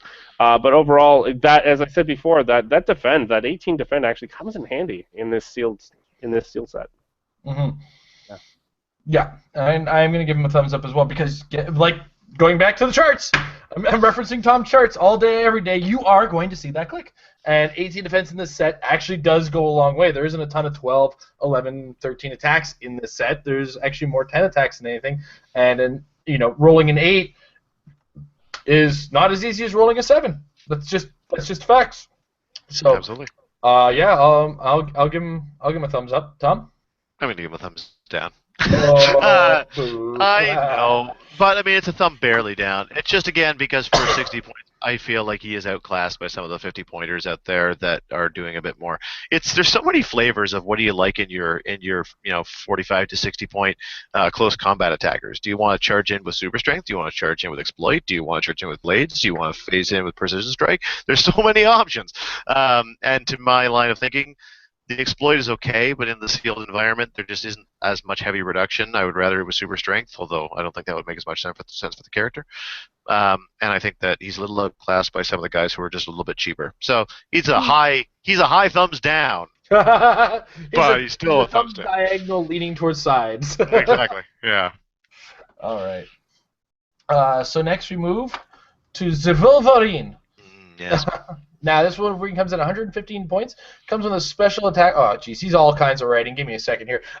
He says, first trait, you've taken your best shot, now it's my turn. When Wolverine takes damage, place a number of heals tokens equal to half the damage taken on his character card. Give Wolverine a free action, remove a heal token to heal 1 click. Note that is damage taken, not damage dealt. Correct. So next up, better chumps than you have tried to kill me, bub. When Wolverine would be KO'd by an opponent's attack, you may remove 3 heal tokens. If you do, turn Wolverine to click number 7 instead. And then his special damage or attack power, the best there is, Wolverine can use Blades, Claws, and Fangs. When he does, and the minimum result is his printed damage, and if the result is 6, place a heal token on his character card. Boy, do I like this guy. Yeah. Boy, do I like getting in the face with this guy and just doing what I can. This is a character that I can get in the faces of the opponent, do as much possible damage as he can, and I love that special power where he's got a minimum 3 damage on his Blades Claws because, as I said earlier, I didn't like the first Wolverine, because I could roll below that too. Trust me, I can do it. But as well, you got to take into account that if you have done the damage to get this guy to dead, he's basically got a stop click, because it's very easy to click the heal tokens with this guy, and once you've healed them down, well, you've got by the time you're at that KO click, you are at 3 heal tokens. Welcome back to Living Wolverine. So, unless go ahead. I was gonna say you go ahead. I'm giving him a thumbs up. You can go ahead, Tom. I'm also giving him a thumbs up. Unless you're pulse waving him, then there's really no way that he will ever die the first time. Because unless you're pulse waving him, he'll get those heal tokens for sure. And given that he's a 7-click dial, he'll take 7. He'll take 7 damage to take out. No matter how efficiently you divide that up, he's still going to have at least 3 heal tokens. So. Yep. The only thing to note when you're playing him is play him a bit carefully. Don't just haphazardly remove those heal tokens to heal for the fun of it. If you have the opportunity to place him next to an X-Men healer and use the X-Men team ability to heal up, then by all means do. You can really make him live a long time. Then again, the inverse is also true. He can use the X-Men team ability to heal up your friendlies and heal himself up using those tokens. Remember, it's when he takes damage. So he will get a heal token for using the X-Men team ability if he happens to miss the roll. And if he gets the roll, then he doesn't take damage at all. So he's quite a good little source of the X-Men battery for that. If you happen to be super lucky I was going to say with Proteus, but he's too expensive for Proteus. But all the same, the point is, it's really good. Thumbs up. Yeah. All right, Mike? Yeah. Just keeps coming back. He does. Keeps going. He keeps getting hit. I love those matches where you're playing with him at the end of his dial, playing with him, and people are continuing to roll their blades against you, and you're like, what are you doing? Like, don't do that, because then he won't die. You're better off doing like 1 damage. There's a much greater chance that I won't have 3 heal. You'll bet your best option against him is to do even numbers of damage. Yeah. But make him take even numbers of damage, I guess I should say. Absolutely. All right. Very cool. Yeah. So next up, we have Cyclops. Now this is one of those. This is all new, all different X-Men. Okay, sorry, I thought this was another one. Anyway, this is the normal X-Men one. Yeah. Yep. So he's the field leader of the X-Men. He's traded with leadership. And he can use leadership when he does and succeeds. He can use probability control until your next turn. And then he's got the unique modifier of the all different X-Men. I almost read that. Go ahead, Tom. Thumbs up. I look at him for 50 points, and I think back to Harpoon at 40, and I think this guy's offering an awful lot more to your team. He's got a longer range. He's also got sidestep RCE with the same starting values, but he's got willpower to keep on the attack. He has the possibility, 1/3 of the time, he's going to give himself prob. Leadership is always useful. His end dial does more damage. He has got the X-Men team ability and that awesome all-new different trait. So all in all, I think he's well worth the difference and enough to push him into the thumbs-up category for me. To make him even better, he's 50 points the same as Harpoon. Go ahead. Oh yeah, my apologies. You're right. I mean, my mind, Mark. Yeah. So you're wondering why did I give Harpoon a thumbs down? Is that to my line of thinking, a little special effect of Harpoons is not worth the difference for how much more Cyclops gives. All right, Mike. Maybe. Yeah, he's really cool. I like the 90-point Cyclops a little bit better. We'll get into that in a bit, and I'll tell you why. Just remind me. But yeah, I mean, sidestep, range combat expert, just fantastic, so good, and yeah, he is better than Harpoon, absolutely, especially with that leadership. Come on, if he actually succeeds, you're gonna end up with probability control into your next turn. That's awesome, so cool. Yeah, and his leadership, which is already a useful power in the set, comes with a power that is pretty vacant in the set. So yeah, absolutely, the prob is completely worth it. Yeah. All right, so next we move to Beast. 75 points. He is traded with Leap and Climb, and he's got the time-locked trait, which we'll describe once and not have to go over again. Not have to go over again. Opposing characters can't use probability control to reroll attacks made by or targeting this character. So you have the X-Men team ability, and then a very colorful, but what you see is what you get dial. And it's Mike's turn to take the lead on Beast. Well, as we said before, Outwit's awesome in this set, and it's a little bit more rare. And so that's a bonus for him right off the bat. I give him, excuse me, I give him a thumb sideways to up, like a little bit more upward. I mean, the time locked trait is absolutely incredible because of its control of opposing characters, but there's not as much prob in this set, so it's a little bit less useful for sealed. They are really between the fast forces and the main set time lock characters. You've got the makings of some great teams right there. I love his keywords. Pardon me. Scientist is an excellent keyword. I've used it many times. I love me some science. And having traded Leap Climb makes it acceptable. So, the fact that Leap and Climb and Charge are working together is pretty great. Overall, yeah, 3/4 of the way, like that. This guy made my bottom 3, and I owe him an apology because I did use him in sealed. I give him more of a thumbs up than I would have given him back then for a number of reasons. One, when I used him, his mobility to go with Leap and Climb to go with the Outwit was great. Then once you've done your damage with the Outwit, it's okay to push this guy in Charge, and then come to the next time you get to attack, you've got Close Combat Expert, which 12 attack can go a long way, or 11 attack before damage can go a long way.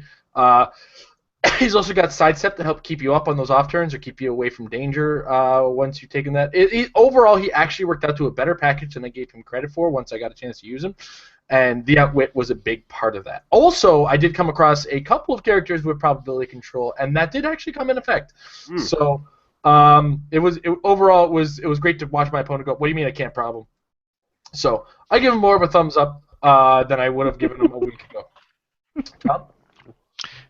Well, he can't be targeted by prob, and there isn't very much prob. He is not an X-Men keyworded figure. There's a few things counting against him. I have to give him a thumbs down. I really debate with him, and I feel like it'll very much depend upon what else you've pulled, but I don't know. It just doesn't feel like he's pulling his weight at 75 points. Admittedly, Leap, Climb, Outwit is a great little combination, but I just don't think it's enough. And as you pointed out, you can push on to some better stuff, but while you do, you're taking some punches to the face. And then if you get to the end, you can flurry, but your values are pretty crummy. I don't love him. I want to like him more than I do. I just can't find it within myself to do so. No, I'll take that. So depressing. So sad that I just can't find it within myself to enjoy him. All right. Next up is Kitty Pryde, who, okay, we're going to ignore the plus 5 point trait. So she's actually 40 points, I believe. Oh, you only, what? Oh, yeah. No, is she 45 on dial? Yeah, she's 45. 45. Okay, cool. Yeah. So 45, 50 with the trait. Okay, I just want to make sure they didn't put the extra thing up here. Anyway, 45 points gets you what you see is what you get, and leadership. When she uses leadership and succeeds, instead of removing a token normally, she may remove an action token from each adjacent friendly character with the all-new X-Men keyword, regardless of point value. Much like Tom said with the last character, I want to like her a lot more, but 45 points for strictly leadership in most cases. Yep. Without the ability to carry, I'm not really too excited about this character. I'd rather take Vanisher over her. Ultimately, she will be, if I were to find myself using her, she would just be a sponge for the X-Men team ability, which isn't necessarily a bad thing because she does come with that leadership as well. But that's the only case I would put Kitty Pryde in on a team, so I'm going to give her a thumbs down myself. Tom? Remember, my definition of thumbs down is use her to fill out your team. I will never build around Kitty Pryde. Okay. Wow. She has been executed. So let's change our opinion of Kitty Pryde. Yep. Yeah, no kidding. Eh? Let's do a complete about face. About face onto the Prime. So she's got two special powers. The first one is her movement. Kitty Pryde can use phasing, teleport, and stealth. When she uses phasing teleport, after action is resolved, she may make a close combat attack targeting all characters whose square she moved through. Hit characters are given an action token instead of normal damage. And then she's got a stop click, which comes with willpower, and the very last click, which is also with an 18 defense with exploit weakness and 11 attack. Tom. It's cool to see another figure that can use exploit weakness without dying. Hey, Thunderbird, do you want to take notes? She is a teacher, after all. Thumbs up, for sure. Thumbs up. I raved about her last week, but that phasing power is just the dynamites. And who can say no to a stop click, an X-Men team ability, exploit weakness? Come on. Well, it's pretty obvious why she wouldn't die like Thunderbird. She would just phase through the plane. That's true. I mean, realistically, she doesn't have to punch it. She can just go. She's like, okay. I like the use of the word realistically in this context. Realistically, she would phase right through. She'd pass through the solid object. Sure, she totally would. I love the amount of token control that's in this set. She is amazing for her points. Really undervalued, I would say. Just really excellent. You've kind of covered the bases with her, though, so we can move on. Yeah. There's not much to go on. I'm gonna give it a thumbs up as well, and go next to Cyclops. Now this is the time locked all new X-Men. Mm-hmm. He's got special power, he's got Force Blast traded, and then he's got a special power on his attack power. Give Cyclops power action. Choose both a horizontal and vertical direct line of fire. Make a range attack using improved targeting. Ignore characters. Targeting all opposing characters within 5 squares and lines of fire that occupy squares in or between the chosen lines. Hit characters are dealt 1 penetrating damage instead of normal damage. So that makes it Mike's turn now to start on Cyclops. I've got a little story with him, though, in my head, just about the Starjammers. You know, he running shots into position so that he has those 2 lines of fire, and during that running shot, he shoots something off of his dad's back. Corsair, and then he spazzes out and does that big attack because he's like, "Why did you leave me? No!" But back to the actual dial itself, I love that power, the attack power. It's really good. Plus, he's got Force Blast on top of everything else, so he's doing knockback damage no matter what he's doing here. Choosing both a horizontal and a vertical line, and then just blasting everything in between. It's a pseudo pulse wave in that way. Excellent for the points, good values, plus the enhancement on top of it. So he's helping out other ranged attackers. I like him a lot. I give him a thumbs up. I've used him to great effect. Yeah, even as just a straight-up running-shotting attacker, I mean, what you get is pretty good. He does come with Force Blast, so if you can get a good target off of either a building or near a wall, you're adding damage to already impressive 3 damage, and then followed up with somebody next to him to get +1 damage to the enhancement. Pretty good. I'd like the Sweeping Blast more if I was able to use it with the running shot, but At the same time, it's still a cool power, and I'm sure I'll be using it if my opponent presents me the opportunity to do it, because that's how I roll. Give me the chance, and I'll do it. And the fact that on those slim chances that your opponent does happen to have probability control, you know.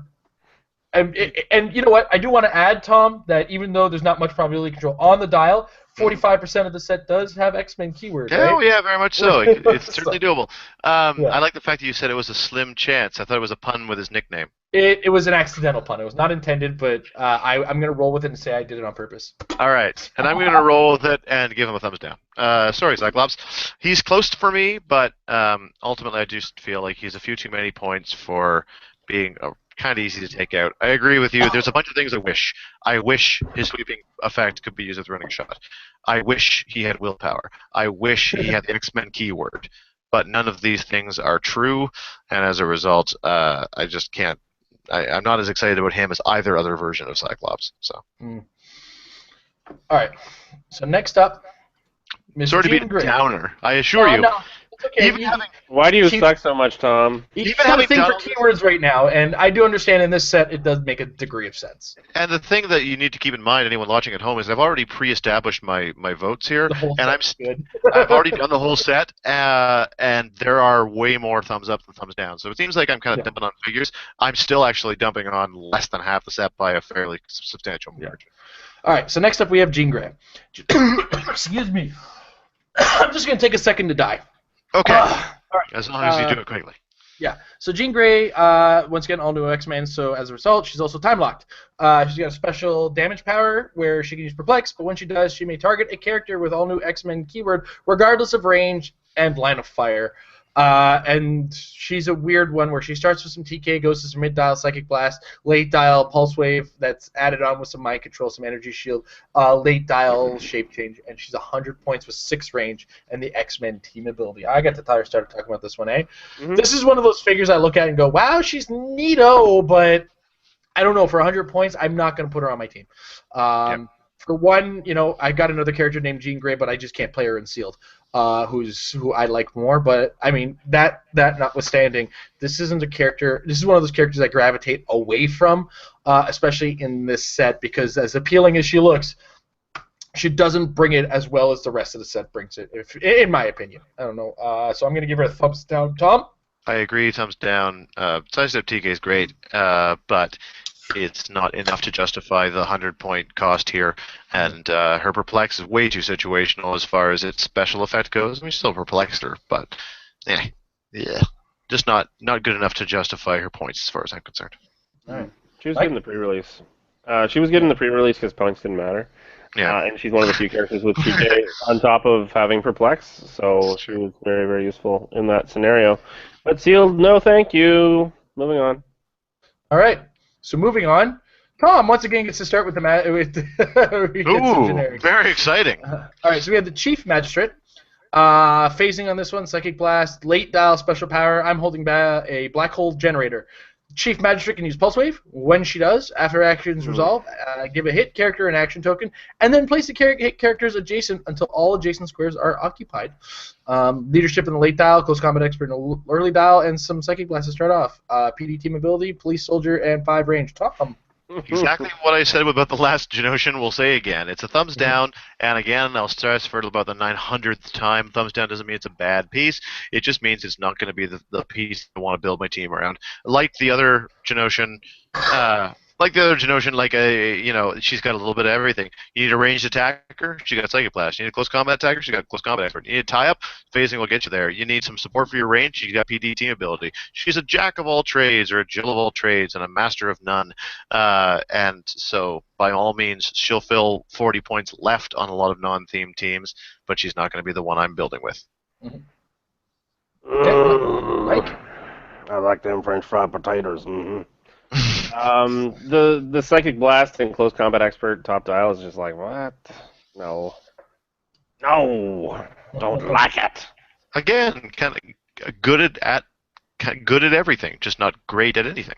Yeah, and for 40 points, it really does put it into the lower bracket for me, because 30 points maybe. When it's this much of a mismatch, it's just like, no, thank you. Yeah. Yeah, I'm again not too excited about this character, though. Again, there is use for this character, just not to build around. So yeah, thumbs down until you have 40 points left in your team and you have nothing else to fill it up with. You bet. All right. So now we talk about the Brood, and we'll talk about both styles right off the bat to speed things up. Yeah. So Oh yeah. it's 50 points or 30 points. The 50-point one comes with a movement power. They can use charge and has a wing speed symbol, so it doesn't. That in that case will include carry and all the other bonuses that come with that symbol. But in the first 3 clicks, which includes the first click of the 30-point dial, they have a power called the Paralytic Poison Stinger. Brood can use Blaze Claw's Fangs. When it does, if the result was a 4 to 6 after action resolve, give the hit character an action token. So you get 2 reviews to do here, guys. 50 and a 30-point review. Mike, what do you think about the 50-point and 30-point Brood? Both a thumbs up for me. In terms of just having generics that you can build these cool swarm teams with, like literally it's a Brood swarm. So it's just it tickles me on so many levels. They're very good, and especially at I like it at the 50-point level actually. The 2 extra clicks gives you the flight and gives you the wing speed speed symbol, and therefore the carry on top of the ignoring various terrains.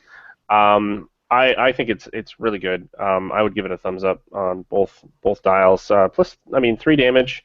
It's going to get past most reducers to begin with, and then if you take any damage on either starting line, you're going to end up at exploit weakness, so you may end up even doing more depending on which reducer you're facing.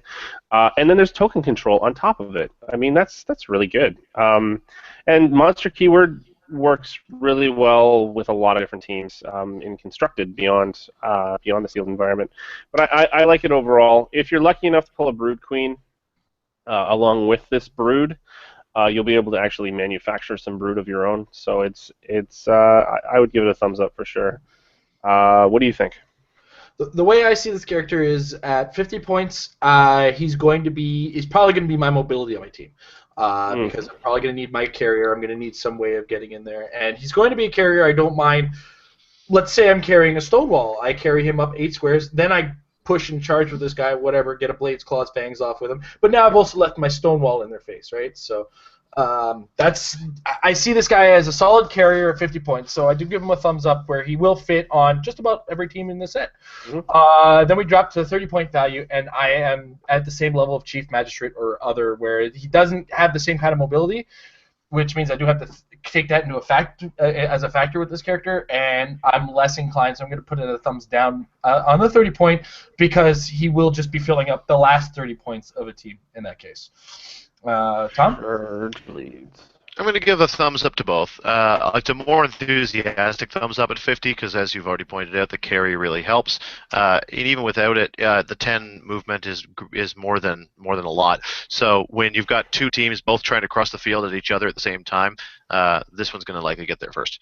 At 30 points, I just like the fact that you got some nice opening attack potential. Blades is such a great power in a sealed environment with their so little prob to mitigate, to sort of even out the odds. That it can be a terrible thing, but it's almost always going to be an improvement on what's showing, particularly at 30 points, and and it can be dynamite. And I just love the fact that you get some late dial plasticity to lock him in place and some non-fatal exploit weakness. Thunderbird, take notes. Really good. Thunderbird, take notes for sure. How many? I wanted. Anybody who's keeping track, how many Thunderbird jokes have we made so far? Oh, don't worry. We're going to Caliban next, so let's keep it going. Who else has exploit weakness and doesn't need to die from it? And yes, we do talk about Caliban. Caliban is traded with phasing, teleport, and carry. Ooh, hey, here we go. When he begins movement in hindering terrain, modify his speed value by +3. He also has a special attack power in the first 3 clicks. Adjacent friendly characters can use improved targeting, ignores hindering terrain to target characters within 6 squares of Caliban. And Mike got to start on the last one, so I'm going to start on Caliban. And now, Caliban's good. Don't get me wrong, but I am going to give him a thumb sideways because, like Tom said, there's not a lot of range in this set, which means that special attack power is not going to come into as great effect, which means now I've got a 6 movement carrying guy, 7 movement if I start in hindering terrain when I'm carrying somebody -2, right? So that all in effect, he is kind of sideways to enough of a degree that I'm going to, to have to justify it. So I do like him, and there's a lot of range attackers that he can make even better because there isn't a lot of ignore hindering in this set. It's just that for everything that he does, there's a couple other characters in the point value that's better, and there is a chance that that special attack power might not even come to effect on your team. So, Tom? Oh, I completely agree. That last statement when you said for the points, other people do it better. He's a thumbs down for me because carry's fine. Phasing carry's great, in fact, but his movement is so low. And you say, well, you can start him off in hindering, but you're not always reliably going to be able to do that all the time. I mean, at least in the first turn, you should be able to do that with an object placement. But that +3 will soon just become a +1 when you're carrying. It's still going to only be 7. I don't know. Vanisher is 100 times better at the same number of points as a pure carry piece. And other than that, he's very situational. Now, I'm not saying that you're going to pull both Vanisher and Caliban. I am saying don't play Caliban. Mike? I would give him a thumb sideways. I don't think he's that useful, to be honest. It's thumb sideways to slightly down. You guys have kind of already discussed all the reasons why and why not to use him. The +3 to movement thing is interesting when he starts in hindering, which means he's always moving 6. Why wouldn't you just give him improved movement? Maybe it was more expensive for them to do that. I don't know. In terms of their own formula, but yeah. All right. So now we move into the man named Magneto. So this Magneto comes in at 50 points with the Brotherhood Mutants team ability. He's got sidestep and some special powers that we have to go over. I think we've talked about this guy at great length, but why not bring it up again? Yeah. So he's got a trait. I can still fly, but it takes a lot out of me. Once per game, Magneto can use Running Shot as a free action and has a wing symbol for that action. He's got a middle dial special movement power. Oh, excuse me. Magneto can use sidestep and stealth. He's got on the first 3 clicks, he's got a special defense power. Magneto can use energy shield and willpower. So, Tom, what do you think of him? Absolutely great. Definite thumb up for me. What more do you want to say? He's so good. Sidestep TK is a great combination. Willpower to keep that TK coming. That once per game running shot can really surprise somebody, especially with the wing symbol. If you can wait until you hit Pulse Wave to do it, then by all means, Pulse Wave somebody twice within a turn. They will not see it coming nor like you for it. If by the same token, though, he's one of the few guys that can both TK his team forward and then keep up with them, because he could very well TK a friendly, then sidestep forward, then do a running shot and be up next to the friendly to keep that TK coming in the future or not. All that plus the ability to use Brotherhood to get where you need to go when you're just moving, and the late dial Pulse Wave we've already addressed is super good.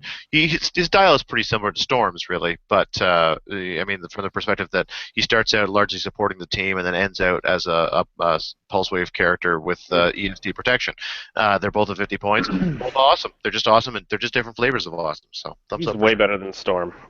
He's like way better than Storm. I really love Free Smoke Cloud, and Storm's a taxi, but he is better. You know what? You can use both in a single team.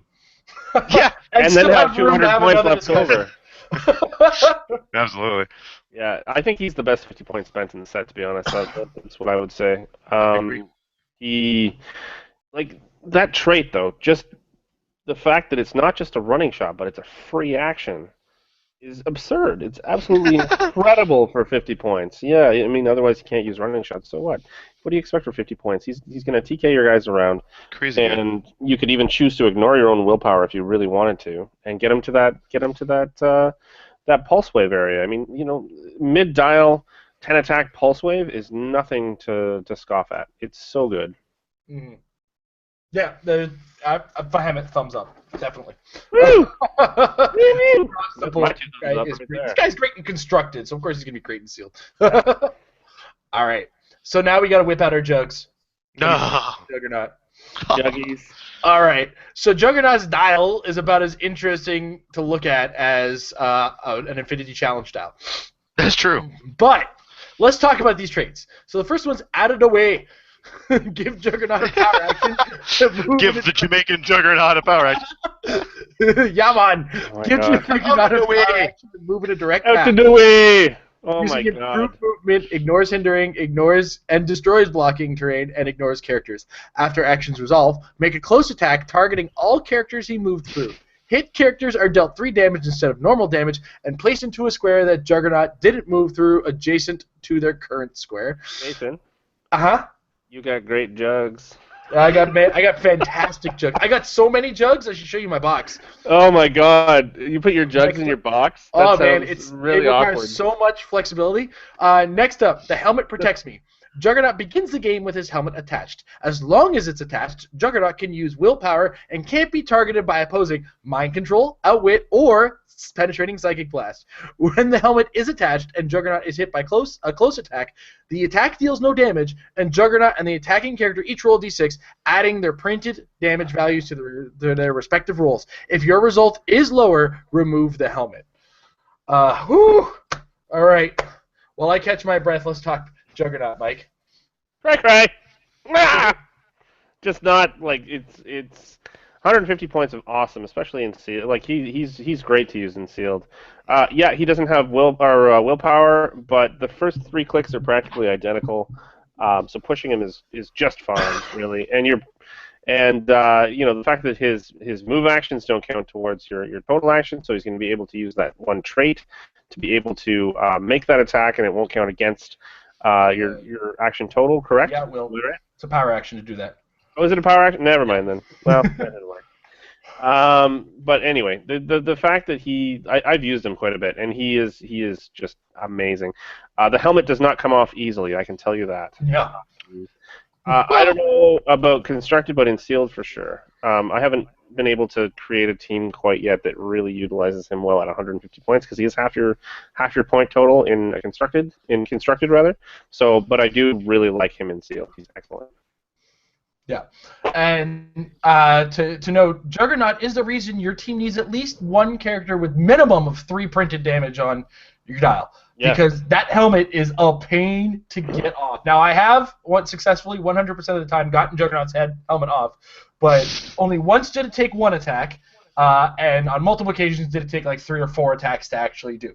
Once you get that helmet off, though, Juggernaut becomes another character altogether, and it's not as good as the one he started with. That being said, because I have played him in the 3rd round in the winner's bracket in most cases, he does get a bit of a thumbs up from me because all the problems that he has are eliminated by having the helmet. Outwit isn't a problem because he has the helmet. Psychic Blast isn't a problem because he has the helmet. But you do really heavily have to rely on that power action to move through characters a lot. I wouldn't even count on having that 4 damage go off unless it's towards the end of the game or you can't possibly line up an amazing attack or you'd be fully safe to stay still and attack. So a thumbs up on Juggernaut, but play him right. Tom? Agreed. Absolutely a thumbs up for me, and you do have to play him right, as you pointed out. But and the funny part is that Juggernaut's better at staying alive than he is at dealing damage, and in some ways he won't always get the return on investment of 150 points as compared to some other pieces in the set as far as sheer damage output. But the survivability of him should be enough to balance that out. He's going to be a very hard 150 points for your opponents to take, and point denial is as good a strategy as damage output. So. Yeah. Sometimes best offense is a good defense. You bet. And that's him. All right. Next, we move on to the Sabre Tooth. So this is how accent was that? What was that? It was a Sabre. So now we have a Mutant Massacre character. This is a Sabretooth in black. He's got a special attack power on his first 4 clicks. Sabretooth can use Blades, Claws, Fangs. Give Sabretooth a close action to make any number of close attacks, each targeting an adjacent opposing character that was not already targeted during this action. And that is on his first 4 clicks with some pretty reasonable damage output. Excuse me. But of course it comes with Blades, Claws as well. And they come along with Flurry. Flurry. Battle Fury. My goodness. All right, so let's talk about this guy and how awesome he is, but how tentative I was to put him on my team over Beast. Herein lies the issue is I like him, and I do want to give him a thumbs up, but he got overshot by Beast because of the team that I had to build with. And one of the big factors in this is if you don't have a TKer, he's on his own for mobility for the first 4 clicks. Battle Fury is cool, but how prevalent is shape change in the set so far? If you look back at the figures we've talked about, the shape change has been late dial. This is the guy putting people in the late dial. So you're going to need some TK to get him there, which is why I kind of want to move my thumbs up to a sideways on him. Overall, though, he's a heck of a brawler. He can do a ton of damage if you can get some really good blades rolls on multiple attacks. And if your opponent is keeping his characters too close together, he will do a lot of damage. And you can charge to lead into that special attack power. So all of that combined is a good character. But that front-end Battle Fury kind of hurts his value a little for me. Tom might have something else to say, though, because he often counteracts me. No, I'm not going to counteract you, although I am going to give him a thumbs up. But I agree with everything you've said. It's just, in my opinion, it's enough to keep him on the positive. So it's kind of a personal preference thing. In my case, one of the things I like so much about Sabretooth is the fact that he forces your opponent to consider their placement. And perhaps rethink the way that they'll deploy against something that they already have put together. Yeah, this is a very swarmy set, and as we keep saying, and in a lot of cases, you've got characters that are carrying other characters, and anything you can get to get your whole team up together. In a lot of cases, they are going to be kind of clustered together and clumped together, and when they see a Sabretooth across the board, they might start to worry about that and then change their strategy. And if you can get into your opponent's head simply by having this piece, that's enough for me. That, in conjunction with the fact that his attack values are just spectacular. I love the 11, 12, 11 there. If he gets onto regen and uses it successfully, there's a very good chance he's going up to an 11 plus on the attack value. And hit the extra click of life as compared to so many 5-click dials gives him a little bit more survivability. So all in all, he's a close one. But I'm favoring a thumb up for him. Mike? I agree with you 100%, Tom. I give him a full thumbs up. There's not really much I can add that you guys haven't already said. All right. So next up, Super Sabre. Now I knew you were going to do that. I was waiting for it. So Super Sabre has a Brotherhood of Mutants team ability. He's also 70 points. Much like his good friend Stonewall. Easy. He's got a special move power first 3 clicks, and he's also a Freedom Force character. So the Freedom Force goes with Force Blast, but he's also got the ability to use Force Blast and Hypersonic Speed, which means he can do knockback with his attacks, just so people understand. And I started with... Who started with Sabretooth? I started with Sabretooth, so we moved to Tom on Super Sabre. Super Sabre is the Prism killer. No matter what he does, Prism's gonna pay. Is he gonna hypersonic speed in and knock Prism into a wall, or is he just gonna take a move action and use Force Blast for free to knock Prism into the wall? The end result will be the same. Prism, goodbye. Notwithstanding that, though, okay, he's definitely a thumbs up because hypersonic speed is not very prevalent in this set, but absolutely, it's a great power to have. As we've been seeing, as we've been going on and on and on, the ranges aren't huge. Lots of characters don't have range. The close combat pieces don't necessarily have a huge swing. This is one piece with 13 movement hypersonic and the ability to knock the person back when he's using the hypersonic. He could very feasibly just continuously stay away from your opponent's view. This set is one that favors the ability to use hypersonic speed if you can, just based solely on the way that the pieces work and the way they deploy, and the fact that he's got the hypersonic speed on there. Plus, of course, if you're starved for actions, just give him a free move that doesn't count towards your total for the turn. Thanks to Brotherhood to go 13 and then Force Blast somebody, and he might just get his values worth right there.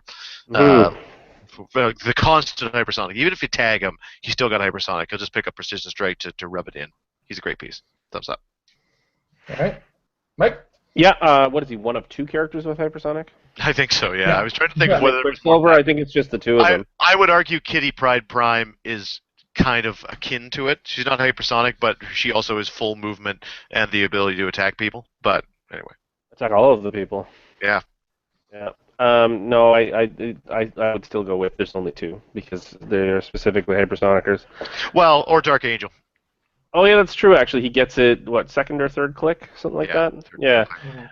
No, you're right. I give him a big thumbs up. He's really good. Freedom Force mixed with being a hypersonic character. Just what more do you really want? He's fantastic for 70 points. I have one small problem with this character. I agree with you, he's good.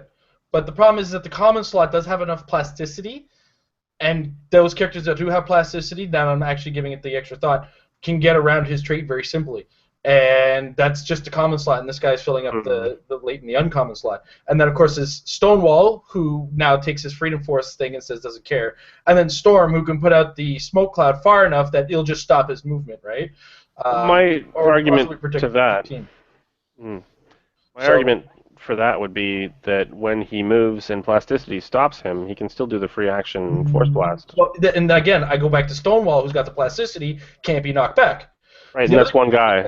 In combat in the common slot is the Morlock, who's also got combat reflexes and plasticity.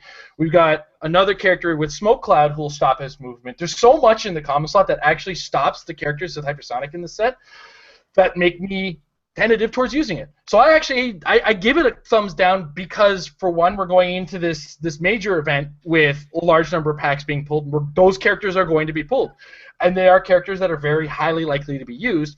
And his output and the ability to move around, it only works for so far. And I don't think he fits really well into the sealed in this set. It's one of the reasons I actually put him aside instead of using him in sealed not too long ago, is because, you know, I looked at the common slot and said, wow, there's a lot of things in there that he just can't get around. So that's why I actually put him as a thumbs down myself. Interesting. Yeah. So next we move to Cyclops. Cyclops at 85 points. He's got a special damage power. He can use leadership, and when he does and succeeds, he may instead remove the action token from any friendly character within range that shares a keyword with him. He's only got one, so... Excellent. And then he's got a late dial, last 2 clicks. Full blast. Cyclops can use penetrating psychic blast. When he does, he uses improved targeting, destroys, and ignores blocking terrain. And Tom got the lead on Super Salvador, so Cyclops goes to Mike. I pulled him twice and used him twice. He is very good in this set because of his swing for ranged attack, along with Psychic Blast, and that leadership comes in handy. Let me tell you, especially since it's ranged technically. When he does and succeeds, he may instead remove action tokens from any friendly character within range that shares a keyword with him. Really good. The one error I made in one of my games is I put him out a little bit too far, and he does get taken out fairly quickly by certain characters carrying large objects. But that's not unusual. That's the same pretty much for any glass cannon. Excellent character, and he does have the 8 range, which is higher than the average, as Tom pointed out with the previous character. So yeah, big thumbs up. Yeah. All right, and yeah, I'm going to agree that Cyclops does deserve a thumbs up on them. He's easy to move around. He's got, like you said, a really big swing, so you don't have to move him a great deal if your opponent is playing a more aggressive, more close combat focused team. And there's X-Men in the set, I hear, so that leadership could go a long way towards removing those extra action tokens and using that extra action. Mm-hmm. So yeah, I'll give the Cyclops a thumbs up for sure. Tom? Oh, he's definitely a thumbs up. I was just trying to call up in the other window the rare Cyclops, just to try, or the all new X-Men Cyclops, to try to figure out, is there anything the all new X-Men Cyclops does better for 15 points more? I mean, yeah, he's got his arcing shot or whatever, but whatever. This guy's got longer range. He's got better swing. He's got psychic blast. He's got better keywords. He's got better leadership. And he's got that awesome end dial power in conjunction with it. But yeah, he's just better, and he's cheaper. Great. Crowd protection costs a lot of points, but it isn't worth much in the sealed list. Exactly. Thumbs up from Tom. All right. This is your theme song. Thumbs up from Tom. Here's a haircut with me. And then Professor X. Your first FX base in the set so far. Yep. So he's got this power. You don't want to do this, but I do. Professor X can use Outwit normally or as a power action. If activated as a power action, he does not require a line of fire, and you may attach the mental lock marker to the targeted character. While the mental lock marker is attached, the effect of his Outwit doesn't end, and Professor X can't use Outwit. The mental lock marker remains attached as long as that character is within Professor X's range. At the beginning of your turn, you and that character's controller both roll 2d6 that can't be rerolled. If your result is lower, remove the mental lock marker. And then he's got a late dial power. Professor X, erase you from your enemy's minds. Professor X and adjacent friendly characters with the X-Men keyword can use shape change if they're not on their starting click. If they succeed using shape change, no friendly character with the X-Men keyword can be targeted this turn. So we had Cyclops started with. Hey, it's my turn, isn't it? It is.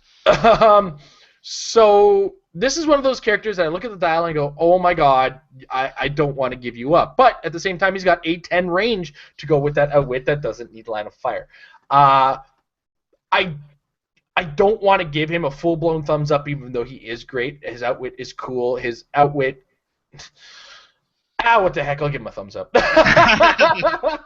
Mostly because, outwit at the range that he's got, even though it is a 70-point outwit, it's one that can remain and can go a long way. As well, he also adds mind control at that 10 range too. So once you've outwitted, now I can mind control.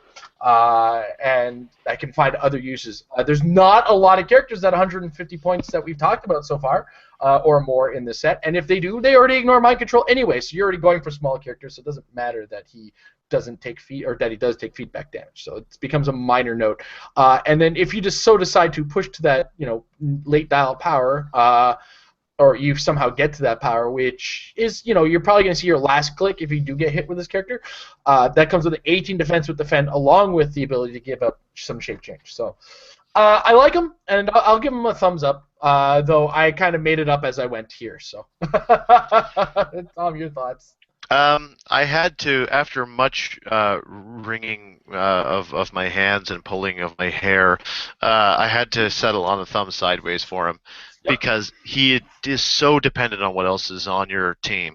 You need somebody that can do the damage, and you need somebody that can get up in your opponent's face. Because as soon as your opponent gets next to Professor X is toast. Yep. He very much 4 damage off the top is very possible in this set, even though the average is between 3 and 4. He'll die most of the time, and if he doesn't, then there's a good chance the next one will take him out. I mean, admittedly, his 18 defend is great, but you can't rely on it, and he just doesn't have any damage output of his own. His outwit is really nifty, but unlike the Juggernaut's helmet, there's nothing on him that particularly gives him an advantage in being able to keep the lock on. And I wish that he had some kind of mobility. I guess that probably would be inappropriate, but some kind of rolling shot might be kind of cool. As it is, being so slow in conjunction with no mobility. And the fact that he can't use his special outwit, he has to use it as a power action, which means he's got to be able to get the line from the first place. I wish he ignored characters for line of fire. I mean, admittedly, he doesn't need line of fire when he uses the special outwit, so it was only within 10. But anyway, the point being, I can't say he's bad. I can't say he's good. The rest of your team needs to be able to get the job done, and then this guy will make them much better. But if the rest of your team can't get the job done, then leave this guy in the pack sideways. Mike? Sideways, thumbs up, or thumbs sideways. Yeah. I'm sorry, I'm getting tired. A lot of points to spend for an outwit that you have to have a roll-off surrounding at the beginning of your turn. Yeah, I should have taken points off for that. That's a big deal. Yeah, exactly. It's you take a power action, it lasts a turn, and then you lose it potentially, 50-50. You might lose it there. That to me is thumb sideways to thumb slightly down, to be honest. I love the idea of it. I just don't. I think if they'd taken out that roll-off thing, it would have been awesome. Then it's 70 points for a really good outwit. Hey, it's still no line of fire is a good thing within 10 squares. That is powerful. Sure, yeah, that is powerful in itself, but it's still not enough. Bucks, eh? Not enough. Yeah, I'd probably change my opinion to sideways. Again, this is the first time I actually looked at the character. I've never pulled him in sealed, never played against him in sealed. Fair enough, yeah. Totally. So yeah, I'd probably agree. A full trio of sideways thumbs on this one. Next up, Angel. Angel is time locked. He's also got the special movement power where he can use charge. When he does, after actions resolve, he can use sidestep as a free action. Automatically breaks away when doing so. And then he's got a special defense power. He can use energy shield and super senses. Tom. He's an all-new X-Man, and so somehow this guy actually has the X-Men keyword, which puts him slightly above the others, which increases my vote for him to a thumbs down. As opposed to completely dumping on him. Yeah, exactly. All new X-Men. These guys are pretty disappointing, with one exception, which we'll get to, which should really narrow it down because there's only one left. I do like the fact that he's got the longest charge range, I think, in the set, with a 6 movement on charge all on his own. And after he does, he can use sidestep to get away and get better use of his energy shield, except that he's only going away by 2. And so your opponent, if they have sidestep or charge, will just come and hit him in close combat, so his energy shield's not of any real value. Or he can go to a different place and tie down somebody else. It's cool that he can sidestep and automatically break away after he charges. And Quake, if he can successfully knock people back, then maybe he can put even more distance, but I just don't trust it. And Quake is actually, this is one of the few sets where Quake is going to be one of the better powers to have, and you probably can get a good Quake off every now and again with this guy. But again, if this dial were 60 points, it might be, I would have a different, I'd be singing a different tune, but it's not. That time lock trait really seems like it must be driving costs up because I otherwise can't justify this guy at 75 points, so thumbs down. I prefer Blue Angels. Mm. It's a thumbs down for me. He was actually in my bottom 3 when we did top 3, bottom 3, and that has not changed. He isn't quite good enough for the points. I've used him because in my 2 packs on Saturday, he was the only guy who flew, and he needed to be a Stonewall delivery device. So he does have a use in sealed, but I do agree he's basically a thumbs down because he's not that great. He wasn't doing a ton of work himself, and he was mostly a carrier, and I was really begging for a better, cheaper carrier than him. But that notwithstanding, I had a couple of Quakes that popped some guys into walls, followed for some sidesteps that replaced him in combat with Stonewall. It's like, I'm going to hit you in combat, but I'm going to put somebody better than me at this in your way. And he does have super senses in all situations. I think the only downside I had, only really bad game I had with this guy was the first game, where even though he was sitting in hindering terrain with a 20 defense, my opponent hit a critical hit with an energy explosion. So we'll talk about this some other time. So he does get a thumbs down on the caveat that he's not worthless, he's just not that great. Should have played Super Saber. Super Sabra? Super Saber would have been hit just as hard on the same roll, and probably would have been deader sooner. And wouldn't have been able to carry Stonewall into the combat on that one still. All right, so next up, Iceman. The Iceman. He's time locked as well, but he's got a trait. He can use Barrier normally or as a free action. When activated as a free action, he can only place up to 2 blocking markers. Opposing characters adjacent to Iceman's Barrier markers must break away. I swear I've heard this before. Yeah, exactly. Anyway, he's also got a defense power where him and adjacent friendly characters can use toughness. Mike. Yeah. Whoa. Very much a thumbs up. The 2 square for free is awesome. Absolutely amazing. And then it's a nice bonus that he gives adjacent friendly characters toughness. That really doesn't matter, though. I mean, he's got range combat expert on top of having that running shot with reasonable values of the reasonable value of 10 attack. I think he's well worth 100 points just for that free action barrier, really. Especially post-retirement, because post-retirement we're going to end up with an absence of the wall construct. So he will fill in that gap very well. Well worth the points. Even later in his dial, putting him against next to somebody and give it with plasticity and poison. He continues to be valuable, even halfway through his dial. And then of course having the X-Men team ability on top of it. So awesome overall. I like him. I haven't had a chance to really give him a try per se, but. Let's look at the basics here. We've been loving 2 square blocking for about 2-3 years now, so that's obviously good. Yep. Adding in the fact that if you put it in the right position, your opponents have to break away from them when when they start adjacent to him. That's a bit of a pain in the butt.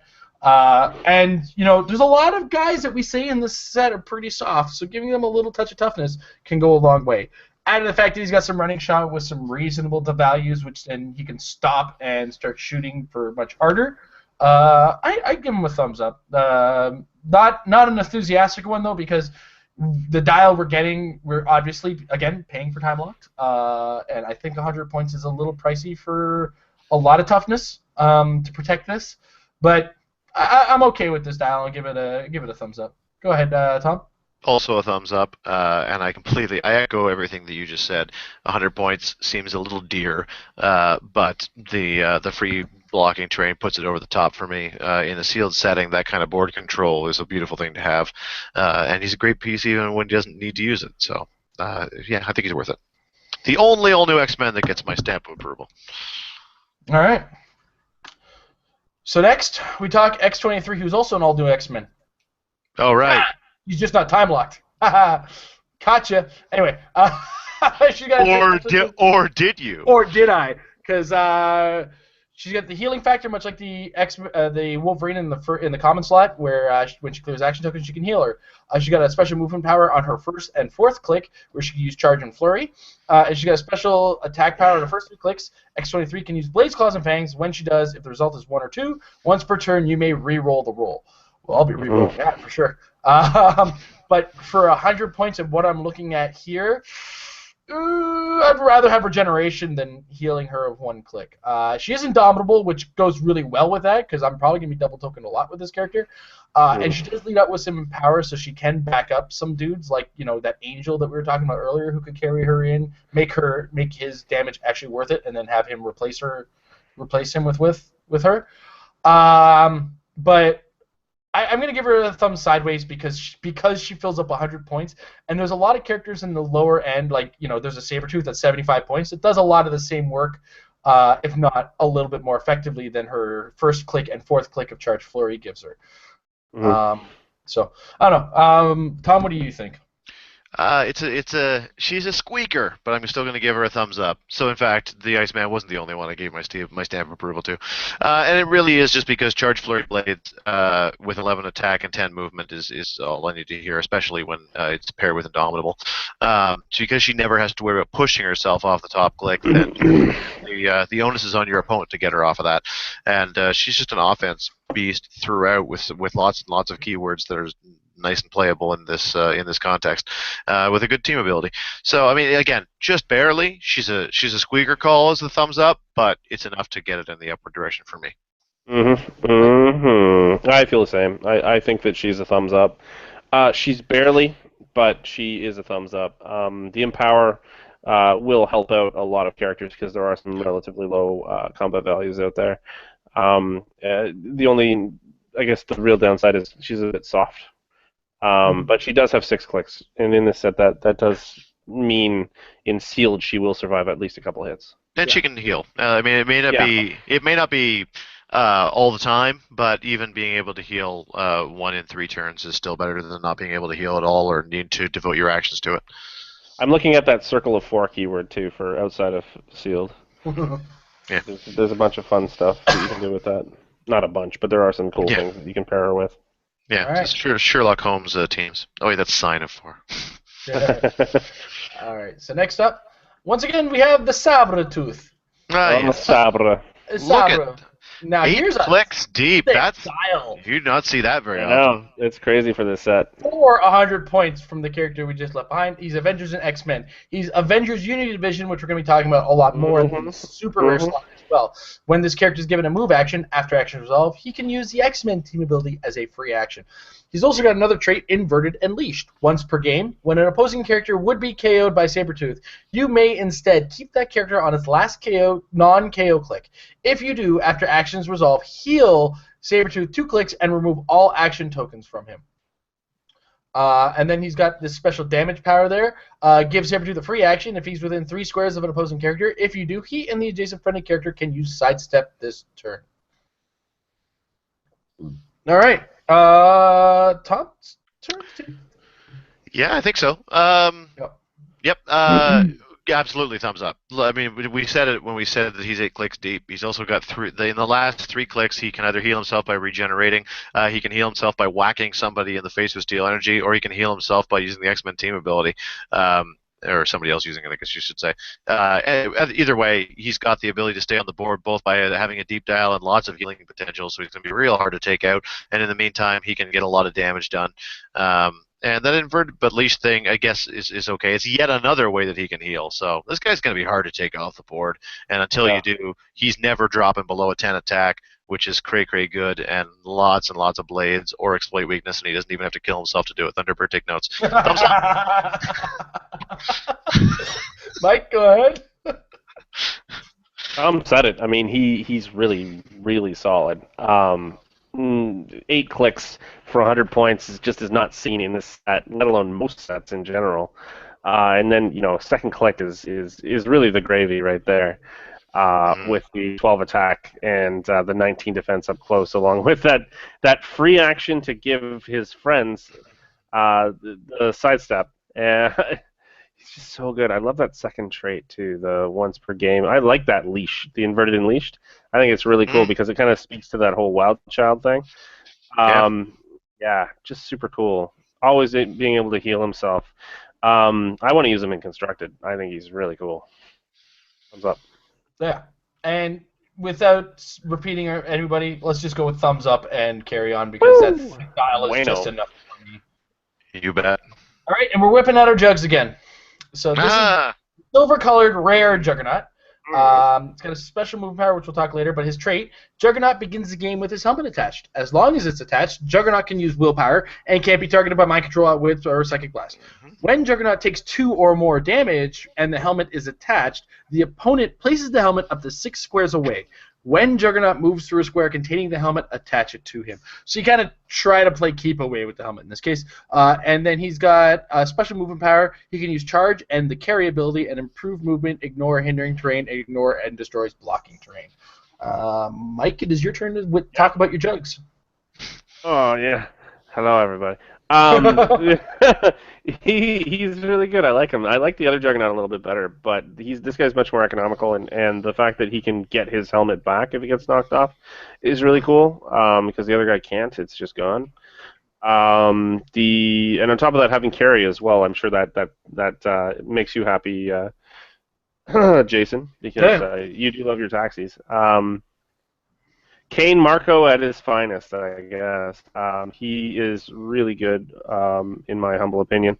And, I mean, there's not really a whole... And the fact that he has willpower versus the other one is nice. Yeah. Yeah. Or Jason? That's okay. So where I see this guy is similar to or different from the other one, where this guy is a little bit more targeted in what he does. The first Juggernaut we talked about attacks rows of people, but that's avoidable by staying out of rows. This one specifically targets and charges, which is why his damage values actually matter in this case. Though, again, if he's taking damage, he's probably losing his helmet, which becomes a little bit of a frustration point. Is it worth it to chase the helmet? It's very easy to place it and make your opponent go, nah, you know what, forget it. So overall, while I like what he does and I think he's cool in flavor and everything like that, I do have to give him a thumbs down because I don't want to use this guy in a lot of cases. I'll see his helmet go, then I'll lose willpower, but I'll still want to keep moving forward. And then this, like the super strength in the middle, though cool, comes with a 10 attack, adds in power. I don't think I'd find myself ever using this guy in sealed, to be honest. So people are allowed to have a different opinion of me, though. I mean, I won't use him, and I'll give him a thumbs down. Tom, do you want a kitty? I have a different opinion than Jason. I'm going to give him a thumbs up. Okay. You constantly have different opinions than me. I get it, Tom. You hate the way I play. Hey, and I'll tell you, as anybody who's been a long-time listener to this show will know, if there's one thing I really like, it's super strength not on your top click. I'm a big fan of that. I sound like a hypocrite. Sorry, Tom, but he may hate the way you play, but he loves the way you move. Love the way you work.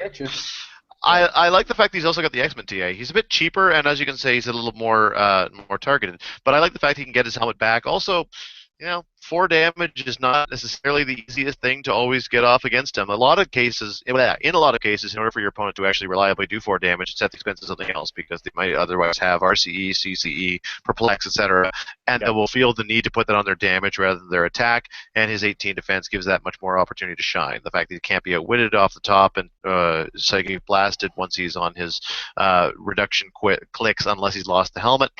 I don't really mind taking the time to go pick up the helmet, and also the X-Men TA healing can be of assistance, and I think he's a pretty good little deal for 120 points. So he's a brick. You have to play him a little bit carefully, but I think that he's kind of fun, and I would play him. So thumbs up. All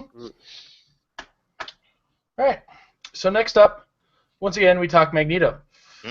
This one comes in at 90 points and has a special defense power on his first clicks and a trait. The trait is when a magnetic shield for my allies. Give Magneto a power action to attach a magnetic shield to another friendly character, removing it from anywhere else. That character can use energy shield deflection as long as it is attached. When the character takes damage from a ranged attack or Magneto is KO'd, remove the magnetic shield marker. Then his defense power is he can use energy shield and toughness. X-Men team ability, enhancement off the top. What you see is what you get as far as colors. And it is it my turn to start about this? I think it's yours, yeah. All right, well, this Magneto gets an enthusiastic thumbs up because he's a 90-point range attacker that does what he does and does it well. Much like the Cyclops that we were talking about earlier, he has 5 more points to gain flight, additional TK should you need it, and enhancement to help other possible range attackers that you might get. In addition to which, if in the early game, it's probably a good idea to give somebody else on your team some energy shield to defend them from the upcoming possible long-range attacks that you're going to see. If you see your opponent's playing a close combat team, you don't even have to take the power action, so don't bother. So that can go a long way in a lot of ways. And overall, I just like this guy. A shame about the lack of willpower, but at 90 points, I'll deal with it because he gets it in the late dial where he gains precision strike and some even later dial range combat expert. So, Tom? Also, definitely a thumbs up. The lack of willpower is a bit of a pain when you look at all the things you lose from that first push. You lose your running shot in favor of forced blast. You lose your 11 attack for a 10. You lose your 4 damage for a 3. That's a lot to lose for a push. So if you happen to pull this guy and you want to play him, then carefully consider whether or not that push is actually worth it, because a lot of things will go away. That caveat out of the way, he's still a thumbs up piece for me because he does 11 attack, 4 damage running shot with great range and great movement and flight off the top. He can carry. He gives somebody else energy shield, and he turns into a real attack fiend towards the end of his dial before he gets KO'd. He'll probably get KO'd in a lot of the games you play him because he is a bit soft, and at 90 points, he's a target that you want to take out so that you're also taking away the energy shield from whoever he's giving it to. But don't play him to win, or rather, don't play him to survive. Play him to take more than 90 points worth of value from your opponents before he dies. Thumbs up. I can hear. I give him thumbs up. I played with him and the 50-point Magneto on the same team. I do like the other Magneto, the 50-point Magneto, a lot better, but partly because he has willpower. Admittedly, I didn't play him as an attacker. I played him as a TKer for the most part, like shuttling people around. And in fact, I made one object attack at one point for some reason. I don't remember why I did that, but. If you look at his values top dial, he is worth playing absolutely for 90 points, and there's not too many characters that are ranged with 4 damage in this set, and then having enhancement for your other ranged attackers if you do pull more than one. And then giving obviously the energy shield deflection to another character is incredibly useful. But yeah, the other Magneto is better. Well, I pulled him and played him with another Magneto, but mine was more of the chase variety. Yeah, that's right. You had the scrap metal. Then yes, Age of Apocalypse Magneto is also better than this guy, but doesn't change the fact that this guy is pretty good. Yeah. Also, a guy who can knock off that rare Juggernaut helmet off the first click. Just sure. Yeah. Totally. Not a lot. There you go. All right. So we have the Brood Queen next. 90 points. Poison. What she sees when she gets powers. But she's trait-filled. First is the Brood Implantation. When an opposing character takes damage from Brood Queen's close attack, give that character an infected token. Characters with 1 or more infected tokens modify their attack and defense value by -1. When a character with the infected token is KO'd, place a Brood on click number 3 in that square. Click number 3, of course, being the first click of the 30-point dial. And then the other trait, Brood Queen begins the game with a Brood Egg attached. Give her a power action and place an attached brood egg adjacent. And then the brood egg has its own stats. 14 defensive toughness. At the beginning of your turn, reattach this to Brood Queen. Then place Brood on click 3. If Brood is KO'd, then remove it from the game and place Brood click 3 in the square this occupies. So basically, the egg hatches, becomes a Brood in the square that it was in. Yeah. Tom, talk Brood Queen. It's pretty unlikely that you're going to pull both a Brood Queen and a Brood, and if you don't, it's hard to approve her. I have to give her a thumbs down. I'm sorry about that because I think she's a super neat character, and I think that she'll be tons of fun to play in a constructed environment. But in a sealed environment, while she's still capable of holding her own at 90 points, I just don't think that she's in the upper echelon of the set. So she's not. She gets my very definition of a thumbs down, which is use it to round out your team, but don't build with her unless you happen to pull a Brood. I mean, if you're super lucky, then roll with it. Mm-hmm. Yeah, Mike? absolutely. Same thing. Thumbs down. Same reasons. Yeah, even though I see flight, sidestep, poison, like that's exciting, but just not worth 90 points just for that as well. Even though she does have leadership to add on, again, it's just we're having a hard time justifying 90 points after what we just saw with Magneto. Speaking of having a hard time justifying 90 points, let's talk Omega Red. So Omega Red, what you see is what you get except for some traits. He has a giant reach of 3, neat. When Omega Red hits a character with a close attack after action resolved, you may place the hit character adjacent. Followed by a second trait. Omega Red begins the game on click number 3. Omega Red can use steal energy. When he does, he may heal past his starting line. Tom, you started on the Brood Queen. Mike, you started on Omega Red. He's like this. I wish he was better. I like vampires. I think they're kind of cool overall, and it's totally appropriate for who he is as a character. But he's really soft. Yeah. And like you're starting off with just toughness and 17 at 90 points. It's just like, ugh. The giant reach 3 is awesome, so that's why he gets the like that.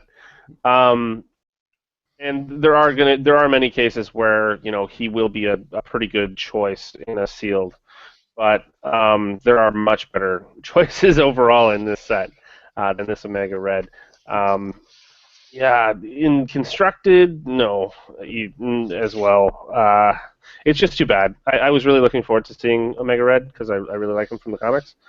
But yeah, no, he in fact, it's a full thumb sideways. Yeah, for me, he gets a thumbs down.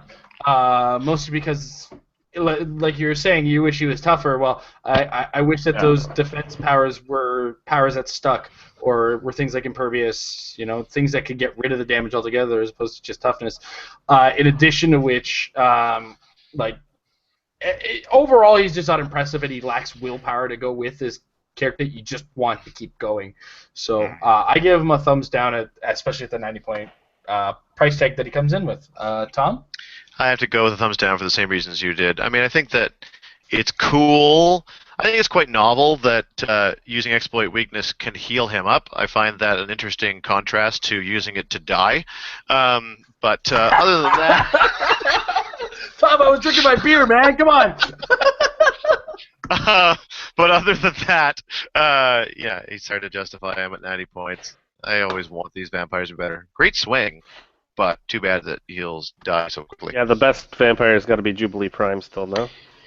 If you can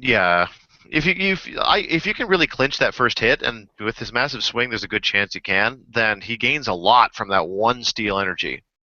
But I'm still going to give him a thumbs down. All right, so let's get back to being awesome. Sunfire at 50 points. Ooh, So wow. he flies. He's got running shot and pulse wave, and he is 50 points. And again, you're not likely to pay the extra 5 for him. So, and he's also an all different X-Men, which is what you get with the X-Men team ability, 6 range. Again, 50 points. So I'm giving him a thumbs up. All right, For 50 points. sound off. Running shot, pulse wave for 50 points. Woo! Woo! All right, All right. thumbs up all around. Next. So let's talk Prime. Sound myself. So Prime, 120 points. Avengers Unity Division, which we talked about with Sunfire or with Sabretooth. And next up is next trait, Radiating Intense Heat. Traded Energy Shield. When Sunfire is hit with a close attack, after actions resolve, deal the attacker 1 penetrating damage. That's traded, I want to point out. And then he's got a special attack power, which gives him Energy Explosion, Poison, and Pulse Wave. And on the last click, he's got a stop click that gives him Toughness. Of course, can't be outwitted or ignored. So go ahead, Tom, because we all agreed on mine. We're all going to agree on this one too. I would expect it's definitely a thumbs up. Yeah, like he's obviously a lot more points, and consequently you get a lot more stuff. He's another one I think that will be even better in constructed because that energy shield, as awesome as it is less valuable in a close combat set. But hey, penetrating feedback is valuable, and he's got a nice deep dial, so you should be able to get some good use out of that. So anyway, what do you want to say? He's really good. Yeah, I think we're. He is the bee's knees. We know this. All right. So let's get next to Nightcrawler. Aw. Hey, guy. Hey. How you doing? How's it going? So Nightcrawler comes in at 60 points. Powers, as you see. Nothing special going on there at all. But he does have Bamf. Nightcrawler can use Phasing Teleport and the Carry ability. When Nightcrawler uses Phasing Teleport, after action is resolved, place the Bamf marker in the square he began movement in, removing it from anywhere else. When Nightcrawler is missed by an attack, after action is resolved, you may place him into adjacent to the Bamf marker square. I also want to point out, I double-checked this in the rule, when you evade an attack, like Super Senses, that turns the attack into a miss. Yep. So if you do roll your Super Senses, you do get the Bamf away. So we're now to Mike on this one. I'd give it a thumbs up. I mean, he's a good little taxi. He can move 10 to drop somebody off, and then start to do some attacks. I mean, for 60 points, he's got 11 attack with blades, which is really good. His defense is actually above average for the set, right? It's 18 instead of 17. Mm-hmm. The only thing that's a little bit less useful is that Bamf ability because I don't roll a lot of Super Sense rolls. I don't know about any of you out there, but I roll a lot of Shape Change, but no Super Senses. That's just how things go for me. It's cool if it actually happens and send him back to the starting zone to pick somebody else up, but that's a big what if. I do like the fact that he has stealth off the top as well to help out, and with 12 movement, he's going to be able to use that X-Men team ability really, really effectively if need be. Mm-hmm. Oh, he's a pirate. How can you be mad at pirates? He's good. Thumbs up. Yeah, there's my treasure. Oh man, dodgeball flashbacks. I was in that movie. Did you know that? No, I wasn't. He gets a thumbs up for me for being the prime Stonewall delivery device, and of course joining Stonewall in combat. So you now have to deal with 2 guys with 18 defenses who are nuts. Of course, Tom shook his head. This happened because I pulled them both, right? That's why I know. It's funny to me that you're treating Stonewall like the apex of this set. I come from the Church of Stonewall, and Stonewall has done me well. I played him too. He did fine. It's just. Anyway, that said, he's also a delivery device for any character that you want in close combat, and also joins him in close combat with that 11 attack and blades, also with an 18 defense, which, as we've discussed, is very tricky to hit with this set and the way it's made. So overall, I kind of like him, and I don't have to roll my Super Senses; they just have to miss with it too. So if I want to go back and get somebody, there's a good chance they'll miss. If they don't, whatever. But I now move into perplexed territory and really high defenses in the close combat that I'm already in. So overall, I do like this Nightcrawler, and I've done well with him. So, Tom? I'm a fence sitter on this one. I am going to give it a thumbs up, but it's not a very enthusiastic thumbs up. I like the fact that he's got big movement, phase, and carry, which is awesome. I like the fact that he's got 11 attack with blades and 18 defense with super sense is going to be hard to hit. The Bamf marker thing is and it's a May, which is another part. You don't ever have to use it. You don't have to use it, and I very likely won't. So I mean, it feels like they could have done something more creative with it, and it feels like missed opportunity. Other than that, off his top click, I'm not quite as enamored of the rest of his dial, but it's good enough for 60 points that I'll still give it a thumbs up. All right. So. And we're in that range of 90 points. Is it awesome or is it not? Because 90 points seems to be the decider on whether or not you're a good character ever. Yeah, very much so. And we talk about Storm. Storm comes 6 range, running shot. standard except for the fact that she flies, but she has this cool trait. When Storm targets and hits one or more opposing characters, after action resolve, you may attach the Cyclone marker to one hit target, removing it from anywhere else. While the Cyclone marker is attached, that character must break away on any action in which it moves, can't automatically break away, and is dealt 1 damage at the end of its turn. When that character successfully breaks away, remove the Cyclone marker. She's also got a power on her first 2 clicks. Storm can use Energy Explosion. If both Storm and all targets of her range attack are outdoors, she can use Precision Strike. That goes to... Is it me on this one? I think it is yours. It is me on this one. Okay. I like this Storm. Not as good as a Magneto, but she does come with leadership instead of enhancement, a little less damage, and she's got Energy Explosion with 2 targets, which is good. I do have to hold back a little because I did eat a critical hit from this character, which makes her seem significantly better, especially with Energy Exploding with Precision Strike. If you happen to win map rule, well, it's pretty obvious you want her outdoors because on that first 2 clicks, that Precision Strike in this set can get you places. Overall, and this is, again, a set where a lot of people are carrying, a lot of people are next to each other, Energy Explosion has value. So, overall, I like the Storm. I'm going to give her a thumbs up. And a little less enthusiastic than a Magneto at thumbs up, but if you pull both, man, play both. Because you still have 100. Yeah, they would be great together. Yeah. Yep. Tom? Now I'm going to go with my gut, and my gut says thumbs down. She's not bad. In the same way that in Nightcrawler just barely got above the line, Storm is just barely below the line. If you want to be kind, you could call them both the thumbs sideways. I just like to avoid thumbs sideways if I can and just commit to a side of the fence. So I'm taking the side of she's okay, but for 90 points, you could do better. I love her Cyclone's ability to lock down damage, but I wish she had more range. I wish that being outdoors gave her more range. I wish she was faster. I wish she did more damage. I wish it was a little bit taller. I wish that her mid-dial was a little bit better. Yeah, it's okay, but yeah. It's barely thumbs down, but it's not. I feel like you could do better for those points. It's Cyclops at 85 is considerably better than her at 90, in my opinion. Brace yourself. I agree with Jason. Oh, wow. Oh, that's what you get, Tom. Yep. Eat that, Tom. I wish I was a baller. I got to use her in the last field I went to, and I really enjoyed using her. I used her and the other Storm together, actually. They worked fairly well together. Once again, leadership in this set is really good for sealed, because you are going to be dealing with more than 3 characters in a lot of cases, and so, the odd time you will land it, and it will do something. There's also a lot of characters less than 90 points in this set. Yeah, no kidding. Yeah, so it's actually quite useful. Aside from giving you the extra action, you can remove tokens too.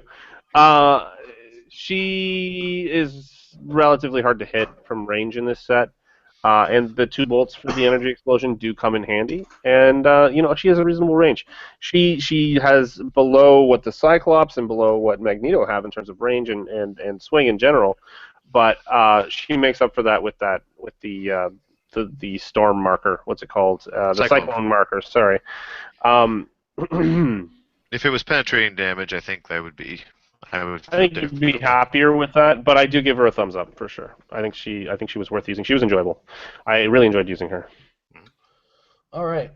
So next up, Miss Vertigo at 55 points. Back to the Mutant Massacre trait, which we've talked about in the past. Getting Dizzy, Wanna Lie Down, is her special attack power, which she has on clicks 1, 2, and her last on click 5. Vertigo can use Incapacitate. When she does, after action resolve, either modify each hit character's defense value by -1 until your next turn, or a single hit character's defense value by -2 until your next turn. She has 2 targets, 4 range, 55 points. Her last 3 clicks have prob, starts with some super senses and that special power, and across the board has sidestep. Tom is yawning at Miss Vertigo. Wanna lie down? Yes, I do. She's a thumbs down for me. I like Incapacitate. It's a great power, but I wish she had more range. 2 targets is cool. Her Incapacitate special is neat, but it's not neat enough. Mutant Massacre is a great trait, but I feel like there are better people who have it for cheaper. So Vertigo is not one of my favorite Marauders in this set, and I don't think that she's good enough to crest the line of good to bad. So to me, she's a round out your team if you need the points. Mike? She's a baddie. She's thumbs down for me. The range just kills me. I just can't believe they gave her 4 range for this. I mean, she's obviously intended to be a ranged character, but 4 range is garbage. Just Look at how much crap. better Riptide is. It's just silly. Oh, I know. That's 10 just points mental. less. Yeah. I don't think they knew what they had with Riptide, though. I honestly don't think that they knew what they were doing. Yeah. Anyway, All let's see. Jason, what was yours? It doesn't matter. She sucks. Yeah. Next up is Mystique. Holy balls! This is Yeah. So, boy. 60 points, Brotherhood of Mutants team ability. What you see is what you get on the dial, but it's their traits that make her amazing, including the Freedom Force trait, probably one of the best characters to be given it. And then she gets a Shapeshifter trait. Mystique can use Shape Change and begins the game with a Shapeshift token on her card. While she has a Shapeshift token, she can use Improved Movement, ignore characters, and opposing characters can only target her if they began the turn adjacent to her. When Mystique targets an opposing character with an attack, remove all Shapeshifting tokens. When she succeeds using Shape Change, if she doesn't have one, place a Shapeshift token on her card. So we're at Mike on this one. Yeah, amazing. Oh my god, like so freaking good. It's ridiculous. Crazy good. First of all, we can start with Brotherhood of Mutants team ability. So she's moving up 7, then she's sidestepping another 2, and using her free Force Blast, given to her by the Freedom Force. So she's knocking somebody back to begin with, and then they're trying to catch up with her and get next to her and be able to, so that they can wait a turn and then possibly make an attack against her. And then she just sidesteps away or force blasts them or sidesteps away. It's just absurd. She's just so broken. It makes me feel funny inside. Then she has leadership on top of that. I mean, and we've already talked about how good leadership is in this, and she does have willpower, which is rare. So overall, awesome. And she doesn't care about super senses. On top of that, well, screw you, super senses. Yeah. Just a quick clarification at the beginning of your description there. You can't use the Freedom Force after a sidestep because it has to be a move action, and sidestep is a free action. Right. Yeah. So she has to do it and then sidestep. Got it. Yeah. That's okay. Move action. Yeah. Move action versus an action or free action that results in a move. Yeah. All that lawyer speak. I love it. But that said, I do agree with you, Mike. She is pretty amazing as far as 60 points for disrupting your opponent's positioning is concerned.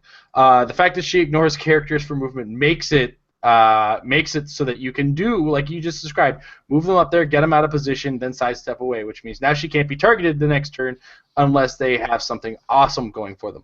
Though, you do have to, this is one of those things we have to kind of cycle what Tom said about Juggernaut, is you got to be careful with this character because it's not going to be an automatic happens every time thing. The Force Blast will still be ignored by things like charge and combat reflexes.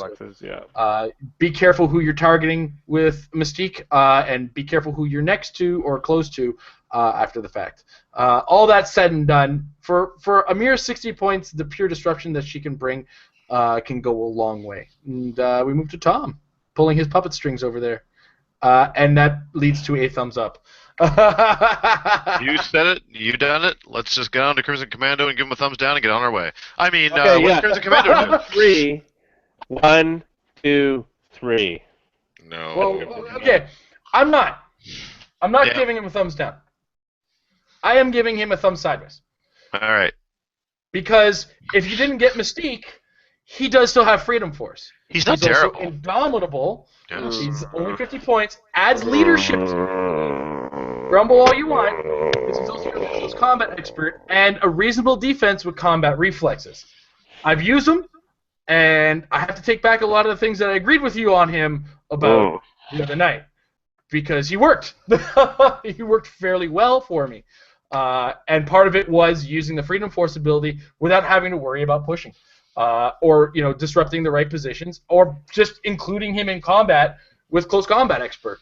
And then even though I at some points took 3 damage, then I gained a probability control. So and I had the leg up on my opponent because I had 2 time locked characters on my team.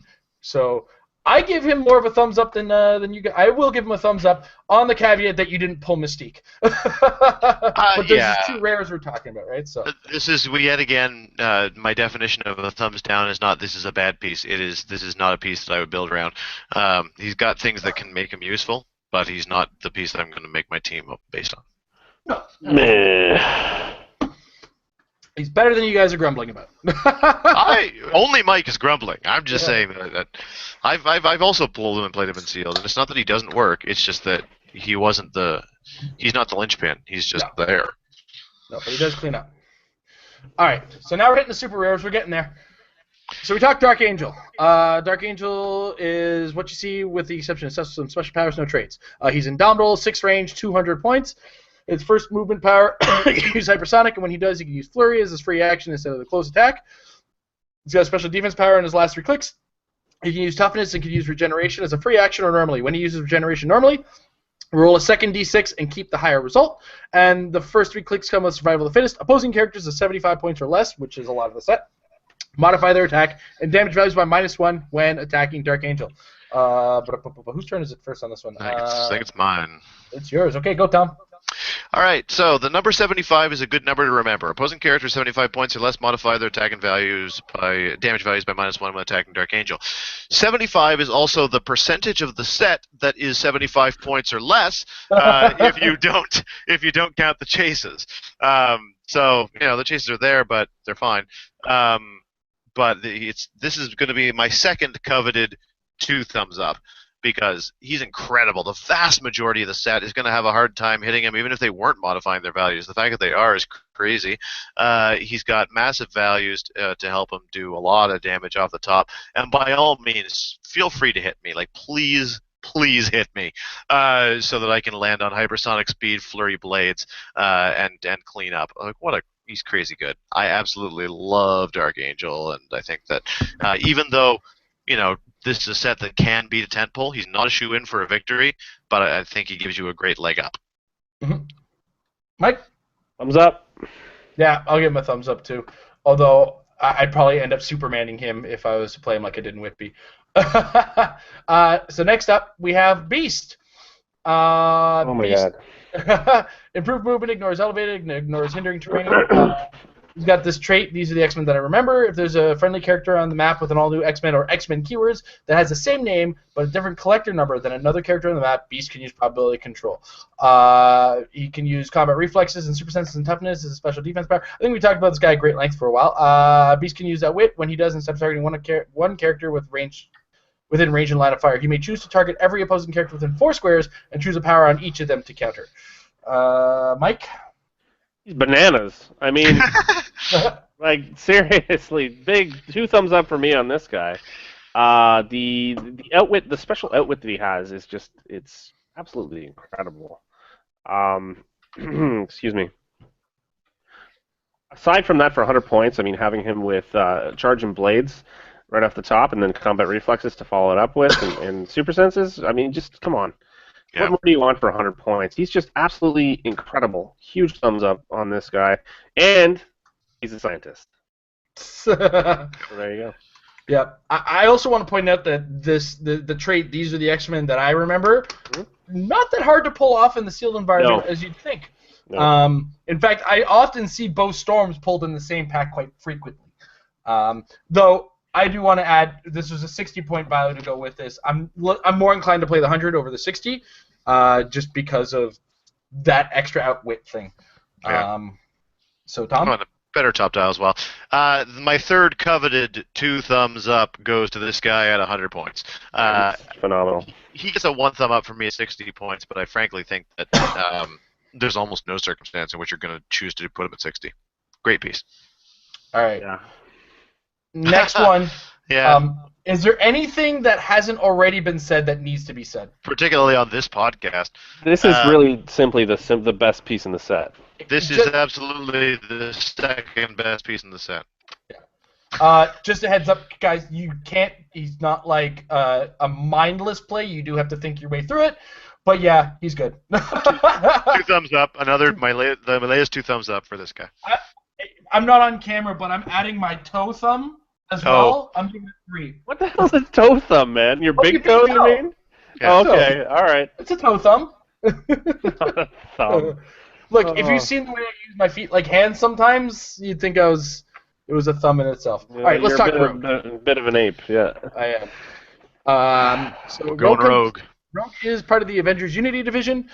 And okay, so she is what she is, except for the damage power on click 6, where she gets a stop click, and for the rest of the game, she can't be healed beyond her red line. You only have the red line if you pay 150 points. Otherwise, you're paying for, that's Phoenix, for 90 points for this style. You've become an energy vampire. Rogue can use steal energy. When she targets a single opposing character with a close attack, choose a standard power that character can use. If she hits, after action is resolved, you can use the chosen power and the hit character's printed range value until you choose to hit again. And again, like I said, if you pay 150, if you don't pay 150, she KOs at the red line. It's mine. For me, it's going to be a thumbs up at 150 and a thumbs down at 90.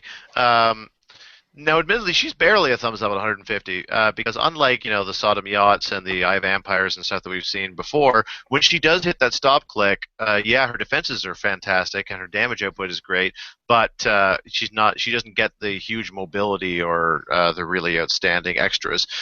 She can still ways to willpower. Yeah, and she can still be. I was about to say she can still be outwitted. She can still take pushing damage and stuff like that. So, it's the thing that really makes it the difference, as far as I'm concerned, is the fact that by that point, ideally, by the time you hit that, you've already softened up your opponents, and hopefully they're less capable of dealing with the fact that she's suddenly become a 19 defense monster with impervious. Hopefully, you've by now taken out whatever their sources of outwit are. So, if you're going to play her at 150, just play expecting that when you get there, you're going to want to stay there, target the outwitters, target the people who can modify values, work on trying to cull the team down and weaken them up so that you can survive when you do hit the stop click. With that caveat in place, I would still give her a thumbs up at 150 because she's pretty good. Mike? Yeah, she's no weapon nerf quart at 135 even, just to name those auto-play characters. I give her a thumb sideways at 150 because she's got 8 clicks at 150, but I do find the whole lack of willpower kind of disconcerting. I used her as like the heal tank. She ran around and just healed everybody with the X-Men team ability when I was using her. I do have her, and she is worth playing, but she's not. There's so many other options in this set that are so much better. Basically, look for a willpower on your opposing character and try to energy vampire it right away. Yeah, that's it. Just try and grab the willpower from someone else. And when you hit that stop click, there's a lot of exploit in this set. So 3 clicks is not a lot. And some of it isn't even fatal. I was going to make a joke like that too. You beat me to it, Tom. Yeah, always. Yeah. I can't add anything that's what's already been said other than congratulations, Wiz, because you finally made a rogue I'm willing to put on the field. Yeah, cool. All right. Next up, we have Phoenix at 140. She's got the trait to pay for. Okay, if you pull this and the super rare Phoenix and you can use that, who are you and how are you able to sit? She got the all different X-Men trait, and then she's got a special defense power on her last 3 clicks. She can use Invincible and Regeneration. And then she's got this cool defense damage power on her first 4 clicks. Give Phoenix free action to roll a d6 that can't be rerolled and modify her combat values according to the result. On a 1, modify by -1. A 5, modify all by +1. And d6 on a 6, modify by +2 on all things. So if you get a 2, 3, or 4, you're just using your dial. And I guess is it Mike's turn now? Yep. Yeah. I'm not she's not great at 140 points. If you're not rolling well, but if you roll well, then she becomes awesome. I would give her a thumb sideways, and there's some kind of rarity. I mean, she's the only. I think she is. Her and the Bee are the only power cosmic characters in this set. Yeah. Thumb sideways just because. With sidestep and TK for 140 points off top dial, and then her values being relatively low compared to some of the characters under 100 points, I'm not overly impressed with her. I do like the fact that she gets 3 clicks of regeneration near the end of her dial. That damage power is just how often are you going to roll the +2? +1 just makes her stats reasonable. Yeah. 5 or 6 is still a third of the time, right? So you're getting a stat bump. Yeah, you're getting a +1, right? But that's what I'm saying is the +1 is only making it reasonable. It's not something that I would force basically. I pulled 3 of her, actually. It's so funny. Yeah, me too. Although I did buy way too much stuff. Um, yeah, thumb sideways for sure on her. Well, we do have another brick waiting for you guys to practice with. We'll talk about that later on. Yeah. But yeah, I actually give her a thumbs down because I'll be seeing her at -1 to her stats most of the time. That's true. You do roll like crap. Sorry, she's either going to have -1 or unreasonably low stats for a 140-point character. And I don't know. I mean, if I see the +1 and the +2, it'll probably be a click where she's pushed. So I'm just talking about, you know, non-odds. If I was to go based on odds, I'd put her at a sideways, but I'd hope that I have something better than her to back her up, or at least better than her more pound for pound better than her, you know, like a Magneto or something like that, where, you know, I'm happy to pay the 90 points for Magneto. I'm not happy to pay the 140 points for this Phoenix. But there's a chance that she might find her way onto my team if I get packs that aren't ideal for me that, you know, might not include a Stonewall. Yes, fair. Go ahead, Tom. I would not. There's an echo in here. I'm also going to give her a thumb sideways. She's one of the few that I've always thought that way of, because this is, again, what else did you pull? If I can make a 160-point aggressive and capable team that can't necessarily go the distance but is capable of getting in my opponent's face and dealing some damage, then she rounds it out quite nicely because she can support them. When she does get a good roll on her D6, then she can join the fray and deal some serious damage, and otherwise between the X-Men TA, the TK, the sidestep, then she can help with board control. And even when the rest of the team dies and it's only her left, in order for your opponent to actually get through that dial, they're going to have to get past some pretty wicked clicks that she can finish the game on if he gets the opportunity to do so. Hopefully by that point they're weakened up enough that they can't just tear through her. So she absolutely can work on the right kind of team, but you're not guaranteed to pull it, and that's why it's a sideways thumb for me. Yeah, wouldn't you rather play both Magnetos, like the previous 2 that we've already mentioned? I don't know. 140 points? I really do like the way, again, I feel like, you know, there's a 160-point team that she can fill out really quite nicely, and that's why I don't want to give her a straight thumbs down. All right. So well, I gave her a thumb sideways, too. Yeah. Let's discuss her prime, though. The rarity is about chase level on this character. And we're hit. Okay, so just as a caveat, because I didn't do this as we get into super rares, expect to see these at an event the size of Canadian Nationals or possibly Worlds. We don't know what the grinders are looking like for Worlds either. Right. But you know, this is on the chance that you do pull these. This is what our opinions are going to be based on. Forgot to give that caveat beforehand, which we like to usually do. Anyway, we have the Prime Phoenix, 9 range, 2 targets, Power Cosmic, X-Men. What you see is what you get, except for a few things here, like the trait. When Phoenix's attack roll is 5 or less, or the attack roll of an opposing character attacking her is 5 or less, after action resolved, remove an action token from her. She's also got a last click, stop click.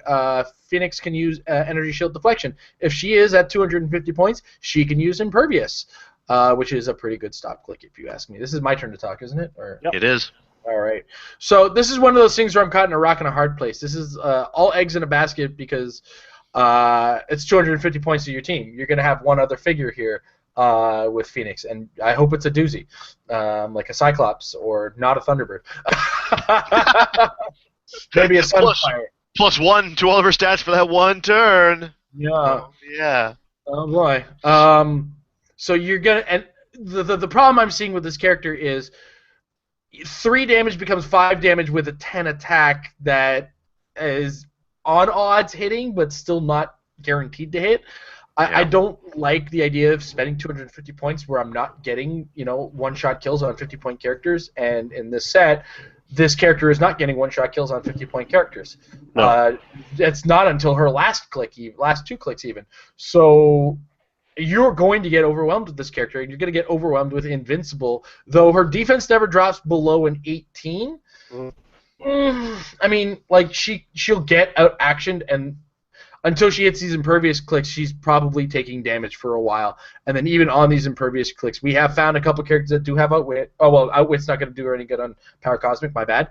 But there's some exploit weakness that isn't fatal, like Tom said. There's an echo in here, yes. Yeah. and you also do have the stop click with Pulse Whip. Just overall, I'm putting her at a sideways, but you've got to pull like pretty unacceptably to want to put her on as your team, team. My thumb is also firmly sideways because exactly what you said. There are times that she is going to be better than the sum of whatever else there is in your boosters, but I don't think it's going to be often. Those are rare times. Those are fairly rare times. So she is a sideways thumb. She's hard to take out, real hard to take out. Yeah. But she's not taking too many people with her. I killed one, but it took a lot of time to get there. Yeah. It's sideways for sure. Not easy, but. All right. I just want to point out, guys, there's probably a fight coming. And we're going to talk about Quicksilver. So, all right. Quicksilver enters Unity Division. When this character is given a move action, after action is resolved, you can use the X-Men team ability for act. Why do I talk about that? But it's been there before. We know that one.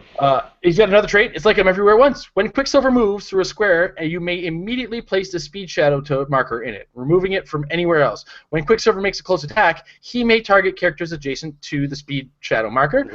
And then he's got a special movement power. Quicksilver can use hypersonic speed. When he does, he can automatically break away, and he can use Flurry as a free action instead of the close attack. Tom, your lead on Quicksilver. Well, of course, Stonewall's in the set, so Quicksilver completely meaningless. No, he's a thumbs up for sure. The way I tend to look at it is that, I look at him and he's already better than the common Nightcrawler at 50 points, even with the point differential if you don't account for hypersonic speed. So even if all you can do is go and stand next to Storm and punch her in the face, I have every confidence that he'll survive long enough to do it, and that really shouldn't be necessary. At least you get lots of other opportunities to do things between there and back, including trying to leave your speed shadow somewhere that hopefully it can be of some use, or at least get in the way of where your opponent might want to place. And anyway, I simply don't believe that there is so much tie down or so much like hindering or plasticity at the low levels to make a 13 move hypersonic 11 attack flurrying for 3 damage character who is perfectly good even without the hypersonic piece suddenly not worth it. So for me, he's definitely a thumbs up. Mm-hmm. Yeah, he may trip over bushes, but he is absolutely amazing. Totally worth the 75 points. It's there would have to be something incredible in my pack to make me not want to play him, because he is really, really good. Despite his weakness to plasticity, a lot of people make that mistake surrounding breaks away.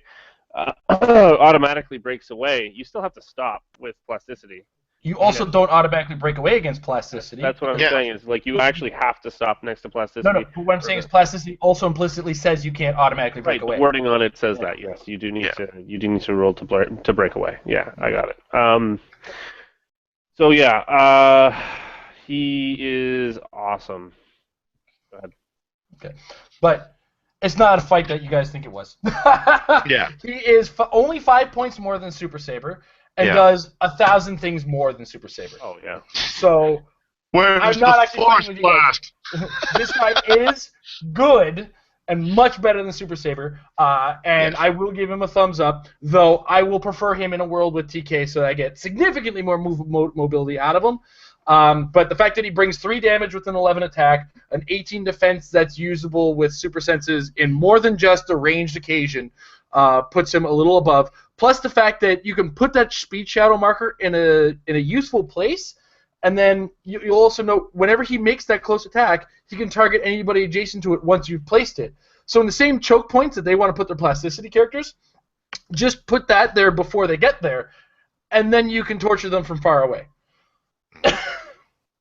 So totally. This guy gets a thumbs up over Super Saber for those reasons.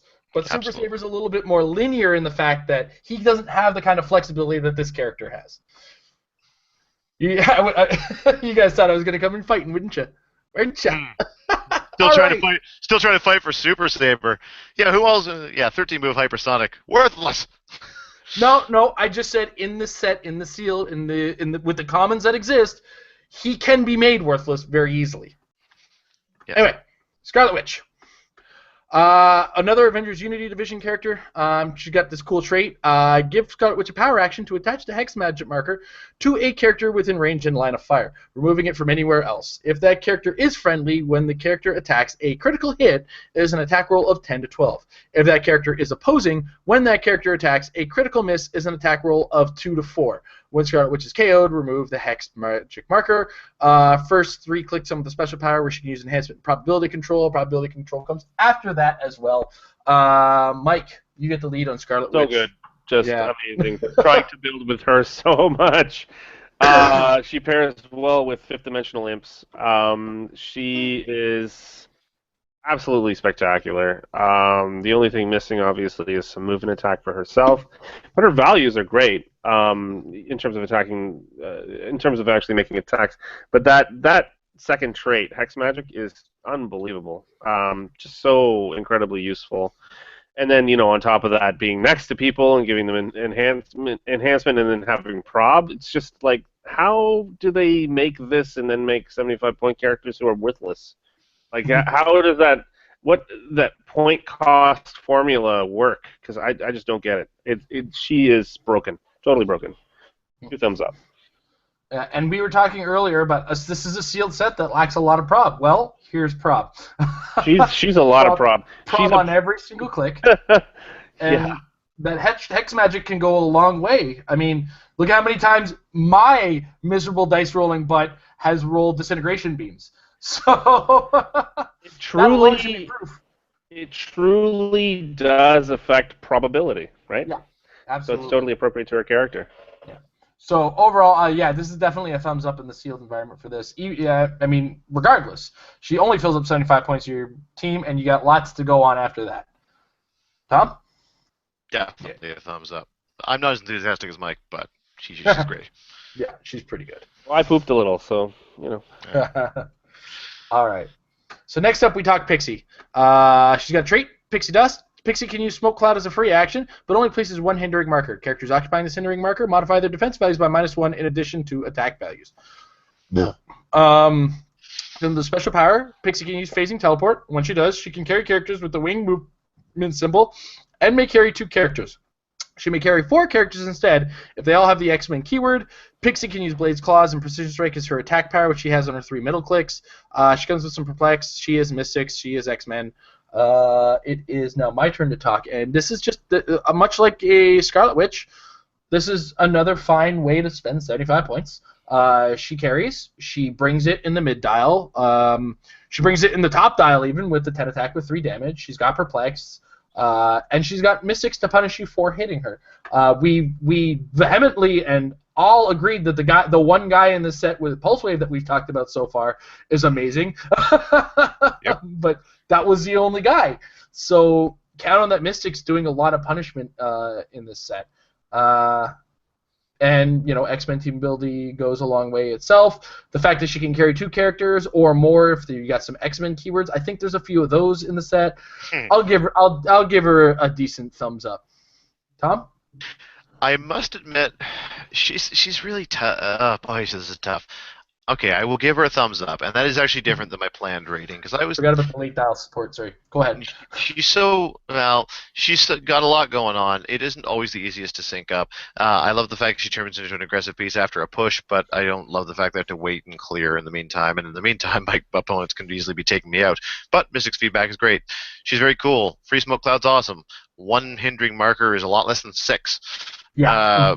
But all the same, it's still kind of cool. Multiple carry is cool, but it's not as many as Vanisher unless they all happen to have X-Men. So she's got a series of yeah, but eh. So she's not a high thumbs up for me, but I do think she's probably worth her points, and I think that she has function. So it's a low thumbs up. Mike? Compared to the other SRs, I would usually give her a thumb sideways, but Mystics, yeah, great power. All right, I get to take the lead on the next one.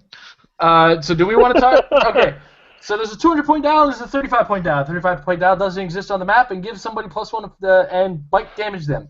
But you're seeing this character with the stats that he's got: a consistent 18 defense, a 10 attack that turns to an 11 towards the middle, And two special powers, the first of which is his damage power, where he can turn walls into where he can make close combat attacks from. I am trying to scroll the wrong window.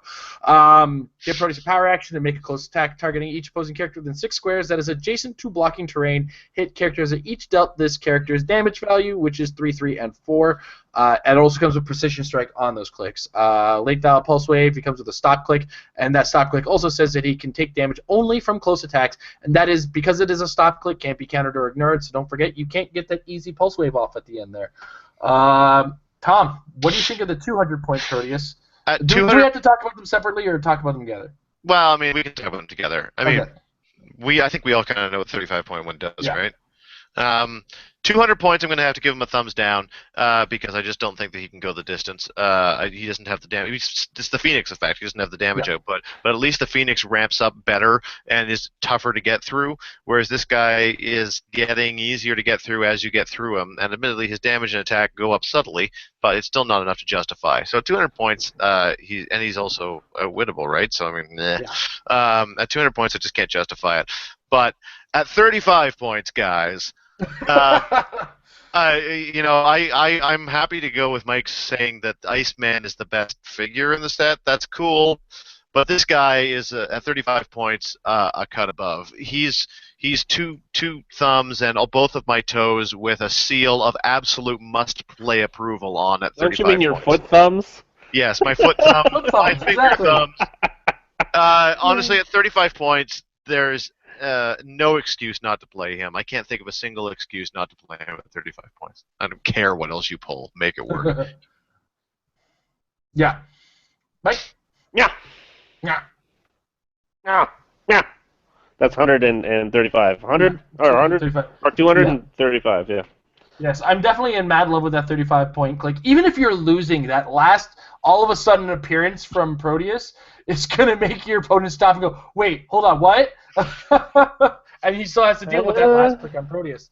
So, yeah. It's like, I got through all of that, and I still have the last click of a 200-point figure?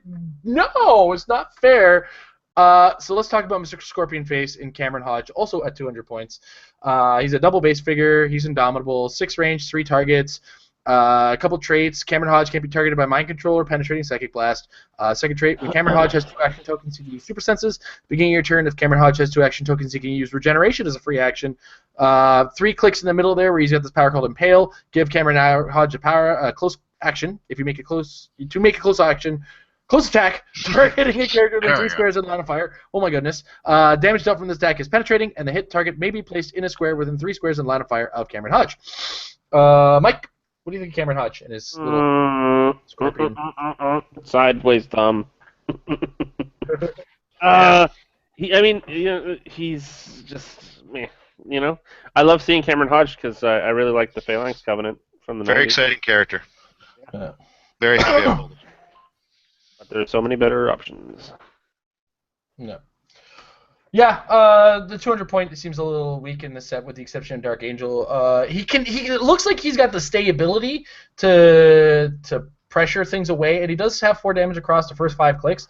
But I'm not too excited to play him right off the top, to be brutally honest myself. So I'll put him sideways, but I gotta have a pretty bad pack to turn that to a thumbs up. It's a thumbs down for me for sure. I wish he was better. I wish he was outwit proof. I wish he had longer range. But if wishes were horses, then beggars would ride. Whoa. All right. So we have my grandpa for a second. Before we get too deep into it, we have 2 more super rares. We're gonna blanket statement the chases as we go. So we're just gonna talk about them in one full thing. But we're gonna talk next about Malice. Yeah. Malice, 75 points. Trait: when Malice would be KO'd, you may equip her to another friendly character.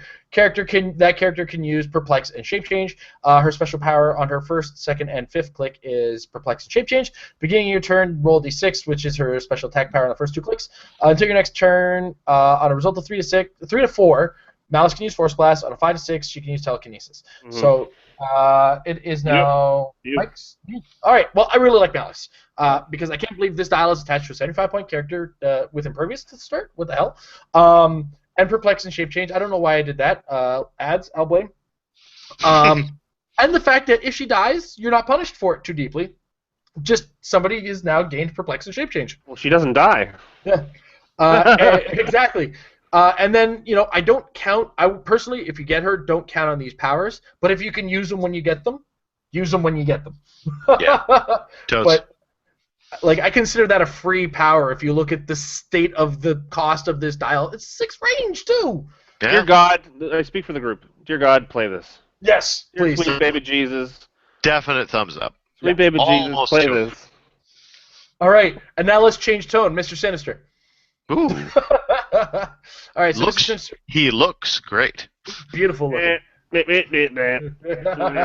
But he's got the Massacre trait. His next trait, Mr. Sinister can use Mastermind. If opposing probability control is used during the attack, the hit Mr. Sinister or an adjacent friendly character. After action resolve, you may place the hit character anywhere on the map. And then he's got a special damage power on the first 2 clicks. Mr. Sinister can use leadership and support. When he uses support and heals a character with the Marauders keyword, after action resolve, you may exchange the places of that character and another friendly character with the Marauders keyword within 8 squares and Mr. Sinister. Is there a Marauders theme pack that comes with him? Even if there's not, I'm still going to give him a thumbs up. It's not a huge one, but he's pretty good. And frankly, that trait of Mastermind can be a huge pain. There is Precision Strike out there, but not so much of it that I don't feel like you can deal with it. Yeah, So I'm going to go thumb sideways on this one, buddy. I think he's all right. I don't think he's exciting as when I have to come off of Malice from this. Oh yeah. I feel a little less excited. Yeah, you take a big step down, but he's still not bad. But he's still not bad because he does come with support with a really high attack. Yeah. And those Marauders don't exactly block punches with their face very well. So. And to be fair, there may not be a Marauders theme pack that comes with him, but there are lots of Marauders out there. So. Yeah. So, and a lot of them don't have the trait, so that's okay too. Mm-hmm. All right, so let's talk. We have Colossus, Magneto, Sabretooth and Wildchild, Sugarman, Sunfire, and Weapon X as the chases. Any of them stick out in particular for you guys? Well, they're all thumbs up as far as I'm concerned. Some are more than others. Yeah, they're all good. I really like Sugarman. In Sealed, I also really like Sabretooth and Wildchild. Yeah. It's just outstanding output in Sealed, and also Magneto. You got to really try to win map, because if you can keep reloading his debris and just getting those free object attacks off basically every turn, then it's crazy good. Just make sure that you're building a theme team with him and you really want that map roll. Yeah. I think that Sunfire might be the most meta possible because of his how cheap he is for what you get, and the flame token thingy, and having to get rid of that in order that you're not taking damage. Mm-hmm. Yeah. I don't know. He's really good. What is he? 80 points? 80. Yeah. Yeah, that's crazy, man. Like seriously insane. Yeah, you don't get his pulse wave right off the top, but still, really good. If you happen to be able to pull both Colossus and Weapon X, then you're cheating and I hate you. Yeah, but it's 200 points. It's 200 points to play that, but it's still. Yeah, I've got the Weapon X right here actually. He's cool because he comes off his base. Yeah. Yeah. That's cool. I like that. It's got a little foot slot. Yeah, get back in there. Man. Yeah. So okay. Overall, this is going to be an exciting set for Sealed. Do note, unlike World's Finest, I don't see a way you can pull and just say, I'm going to win this for sure, or I'm going to lose this for sure. This is a set. This is very pilot oriented as far as Sealed is concerned. And I do desperately appreciate this set for doing that, and WizKids for making a set this well balanced, this well put together, that I look at Sealed and I go, well, there's some things that are strong, but they don't guarantee people to win. Things like Iceman can still lose. I have beaten them. Oh yeah, totally. There's one figure that we missed though, and that's the OP figure, right? The Professor X. You're not going to pull that in Sealed though. Oh no, you're right. You're not. But it is worth noting that it is good. It does have a place out there, yeah. For sure. Really good figure for 50 points. Yeah, it's one of those things. Sorry. I was going to say we dedicate this episode of the Metal Lab to the memory of Thunderbird. You will forever remain in our hearts. As the best joke we've ever told. The longest running, because we started at 8:30, so we're at about 3 hours so far. So It's the longest running joke we've had go on the show so far. Yes, that's 3 hours of thunder bashing. All right, so we do have a few questions that we can address very quickly. There was a preview for Civil War. Go check it out at heroclix.com. There's an 80-point Iron Man and an 80-point Captain America that we will be talking about next week for sure. Yeah, we'll talk about that later. but it is also on the Facebook if you want to check it out there. But quickly going into this, Nathaniel White asks, does Proteus mean that Swarm teams are more viable now? I love Hydra TA and Shield TA, and the plethora of amazing new low-point X-Men would be something would like to see something more than just Balls of Fury. Well, I mean, we all kind of agree, and we've all done a little bit of work with it. It's not so much Swarm teams; there's a place for this guy in a lot of teams. Yeah. You just got to pay attention to what you're putting him on. If there's a lot of if there's potential for Swarm teams, it's in large part just because of the sheer volume of good low point pieces we have. Mm-hmm. Proteus is just a part of that.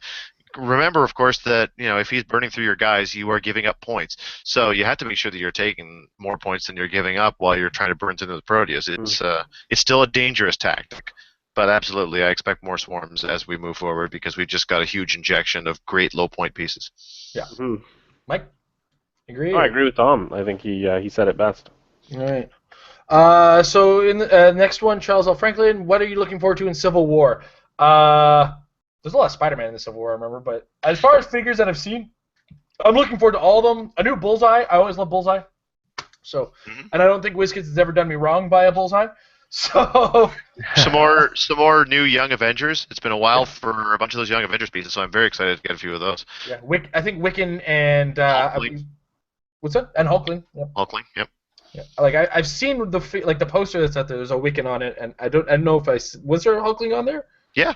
Okay, cool. I'm pretty sure. Yeah. Yeah, I think I saw one too. I haven't looked at it in great detail. That's why they look really good, and the sculpts all look really good in that set. I'm generally excited for that set. Mm. Mike, what are you looking forward to? I want. Well, I'd really like to get a hold of an Iron Captain America. What's that called? I can't remember exactly. Captain Iron America. Captain Iron America. Yeah, where he's wearing his own personal Iron Man suit and he's holding up the American flag. America. Yeah. Heck yeah. All right.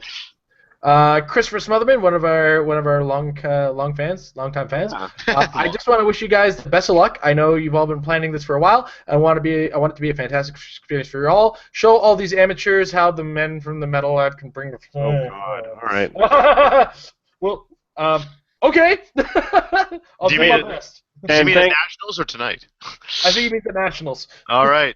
Yeah. Well, we'll see. I'll be arriving late. Hey, Tom, how do you plan on doing in the? Oh, wait, never mind.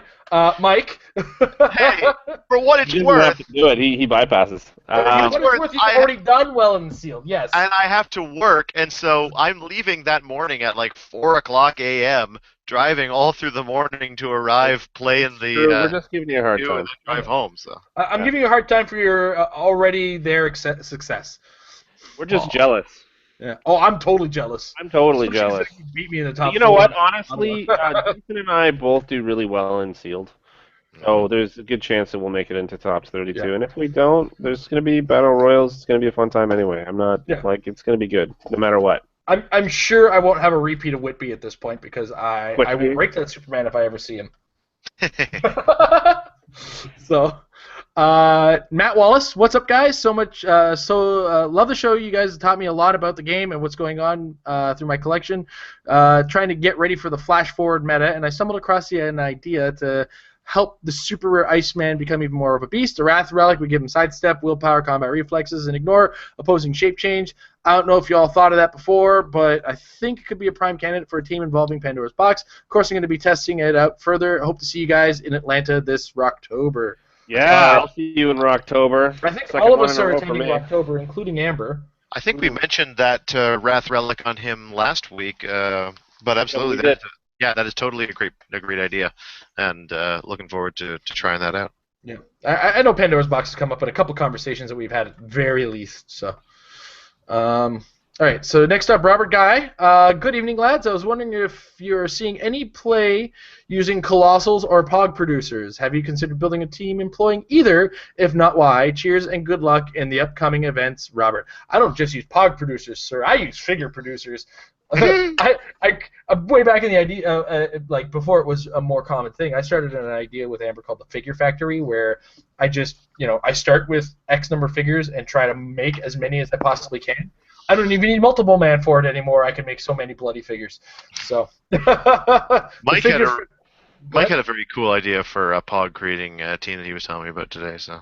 Yeah, well, I don't mind sharing it. In fact, no matter what the configuration, I was thinking about using Ant-Men to produce ant swarms, etc. I can continually produce them, but pair them with Rennet Tilly from TMNT, so they all have prob. Because eventually you're going to crit miss. Whereas I had thought Fitz at 35 points, now you've only eaten up 105 points of your team, and you get 4 hover bots immediately. Yeah, that's a great idea, actually. Let's work on it some more. I'm just picturing the time pass by as you're probbing and probbing and probbing and probbing. The only real problem, of course, being, though, I just realized they have to be 40 or more points to use that prop control. So that. Oh, do they? Do they? Oh, no. Anyway, that's what you do. You throw an idea out, and when it doesn't work, you go to the next thing. But absolutely, Pog producers are totally a thing that we've definitely played with and intend to play with more. So. The more poison you can give them, the better. Absolutely. All right. Chris Smotherman actually snuck another one in there on the link here. If you guys get a chance, please elaborate on this power from the rare Sabretooth. Is it just friendlies that are adjacent when the action is given, or does it work more like... Okay, so track down the gene trash. Give Sabretooth a free action if he's within 3 squares of an opposing character. If you do, he and adjacent friendly characters can use sidestep this turn. So if Sabretooth is within 3 squares of an opposing character, him and characters that are friendly to you gain sidestep once he takes that free action. Boom, done. That are adjacent to him. Yeah, that are adjacent to him. So they have to be adjacent to him when he triggers the free action. That's all. They have to be adjacent to him when, because it's not like a immediately use sidestep. It's they can use it this turn. So when it's triggered, all those characters that are there gain the sidestep. They gain the sidestep, and they can use it whenever they want during that turn after that point. Yeah. Very cool. All right. I believe that's actually all the questions we have. Oh, we have one more.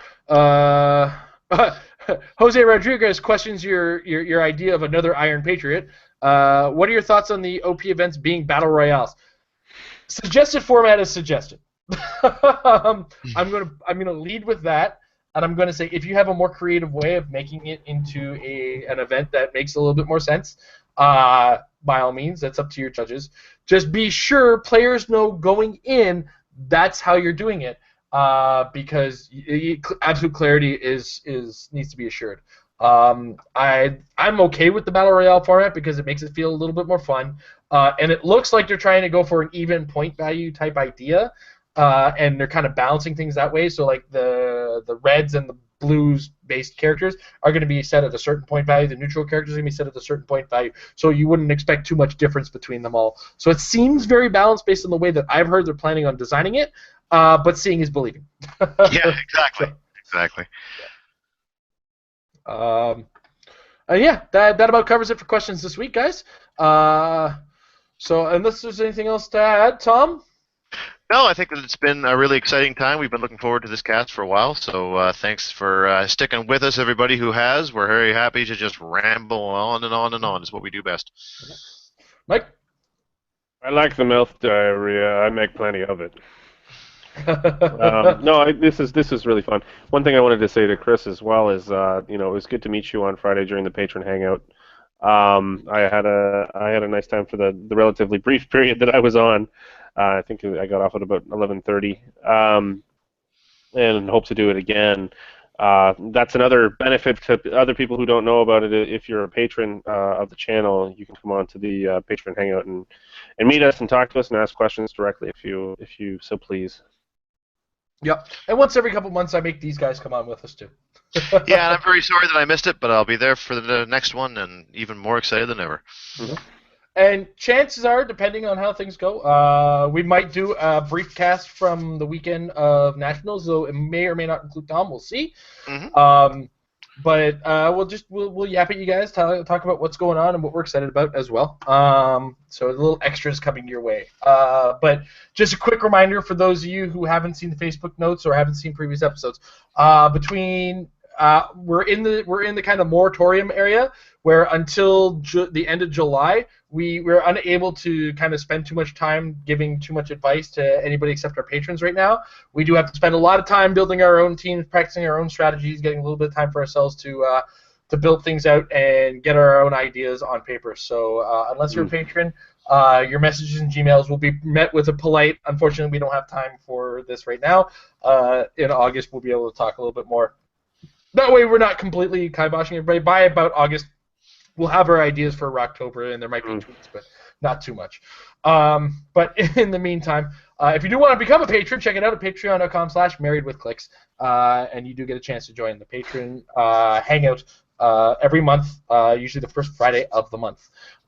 We also want to thank HC Realms, who replaced my face the entire episode, and their awesome unit section and their support for our channel. If you do happen to want to support the channel, check out the shop section at hcrealms.com and put in the coupon code MARRIED while you're checking out for 10% off of your purchase. As well, we want to thank MajesticCCG.com for your continued support of our channel.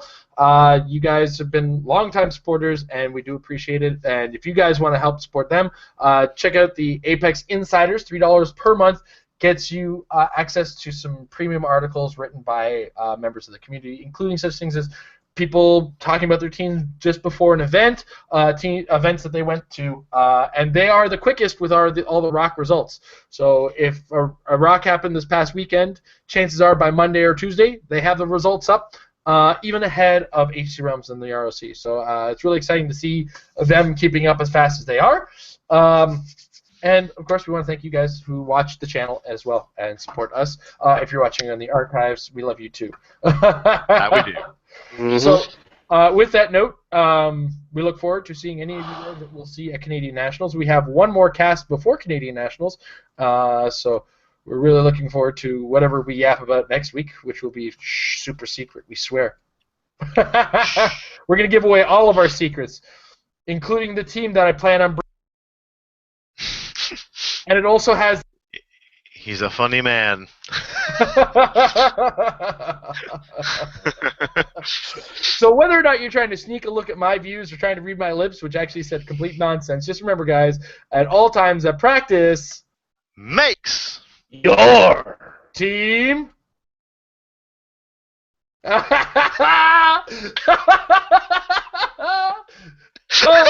thank you, Tom. Thank you for that. Oh, I didn't even notice. I was tapped out, and then I looked back, and I was like, oh my god. Super Saver for the win. Play him all the time. Super Saver! Good night, everybody.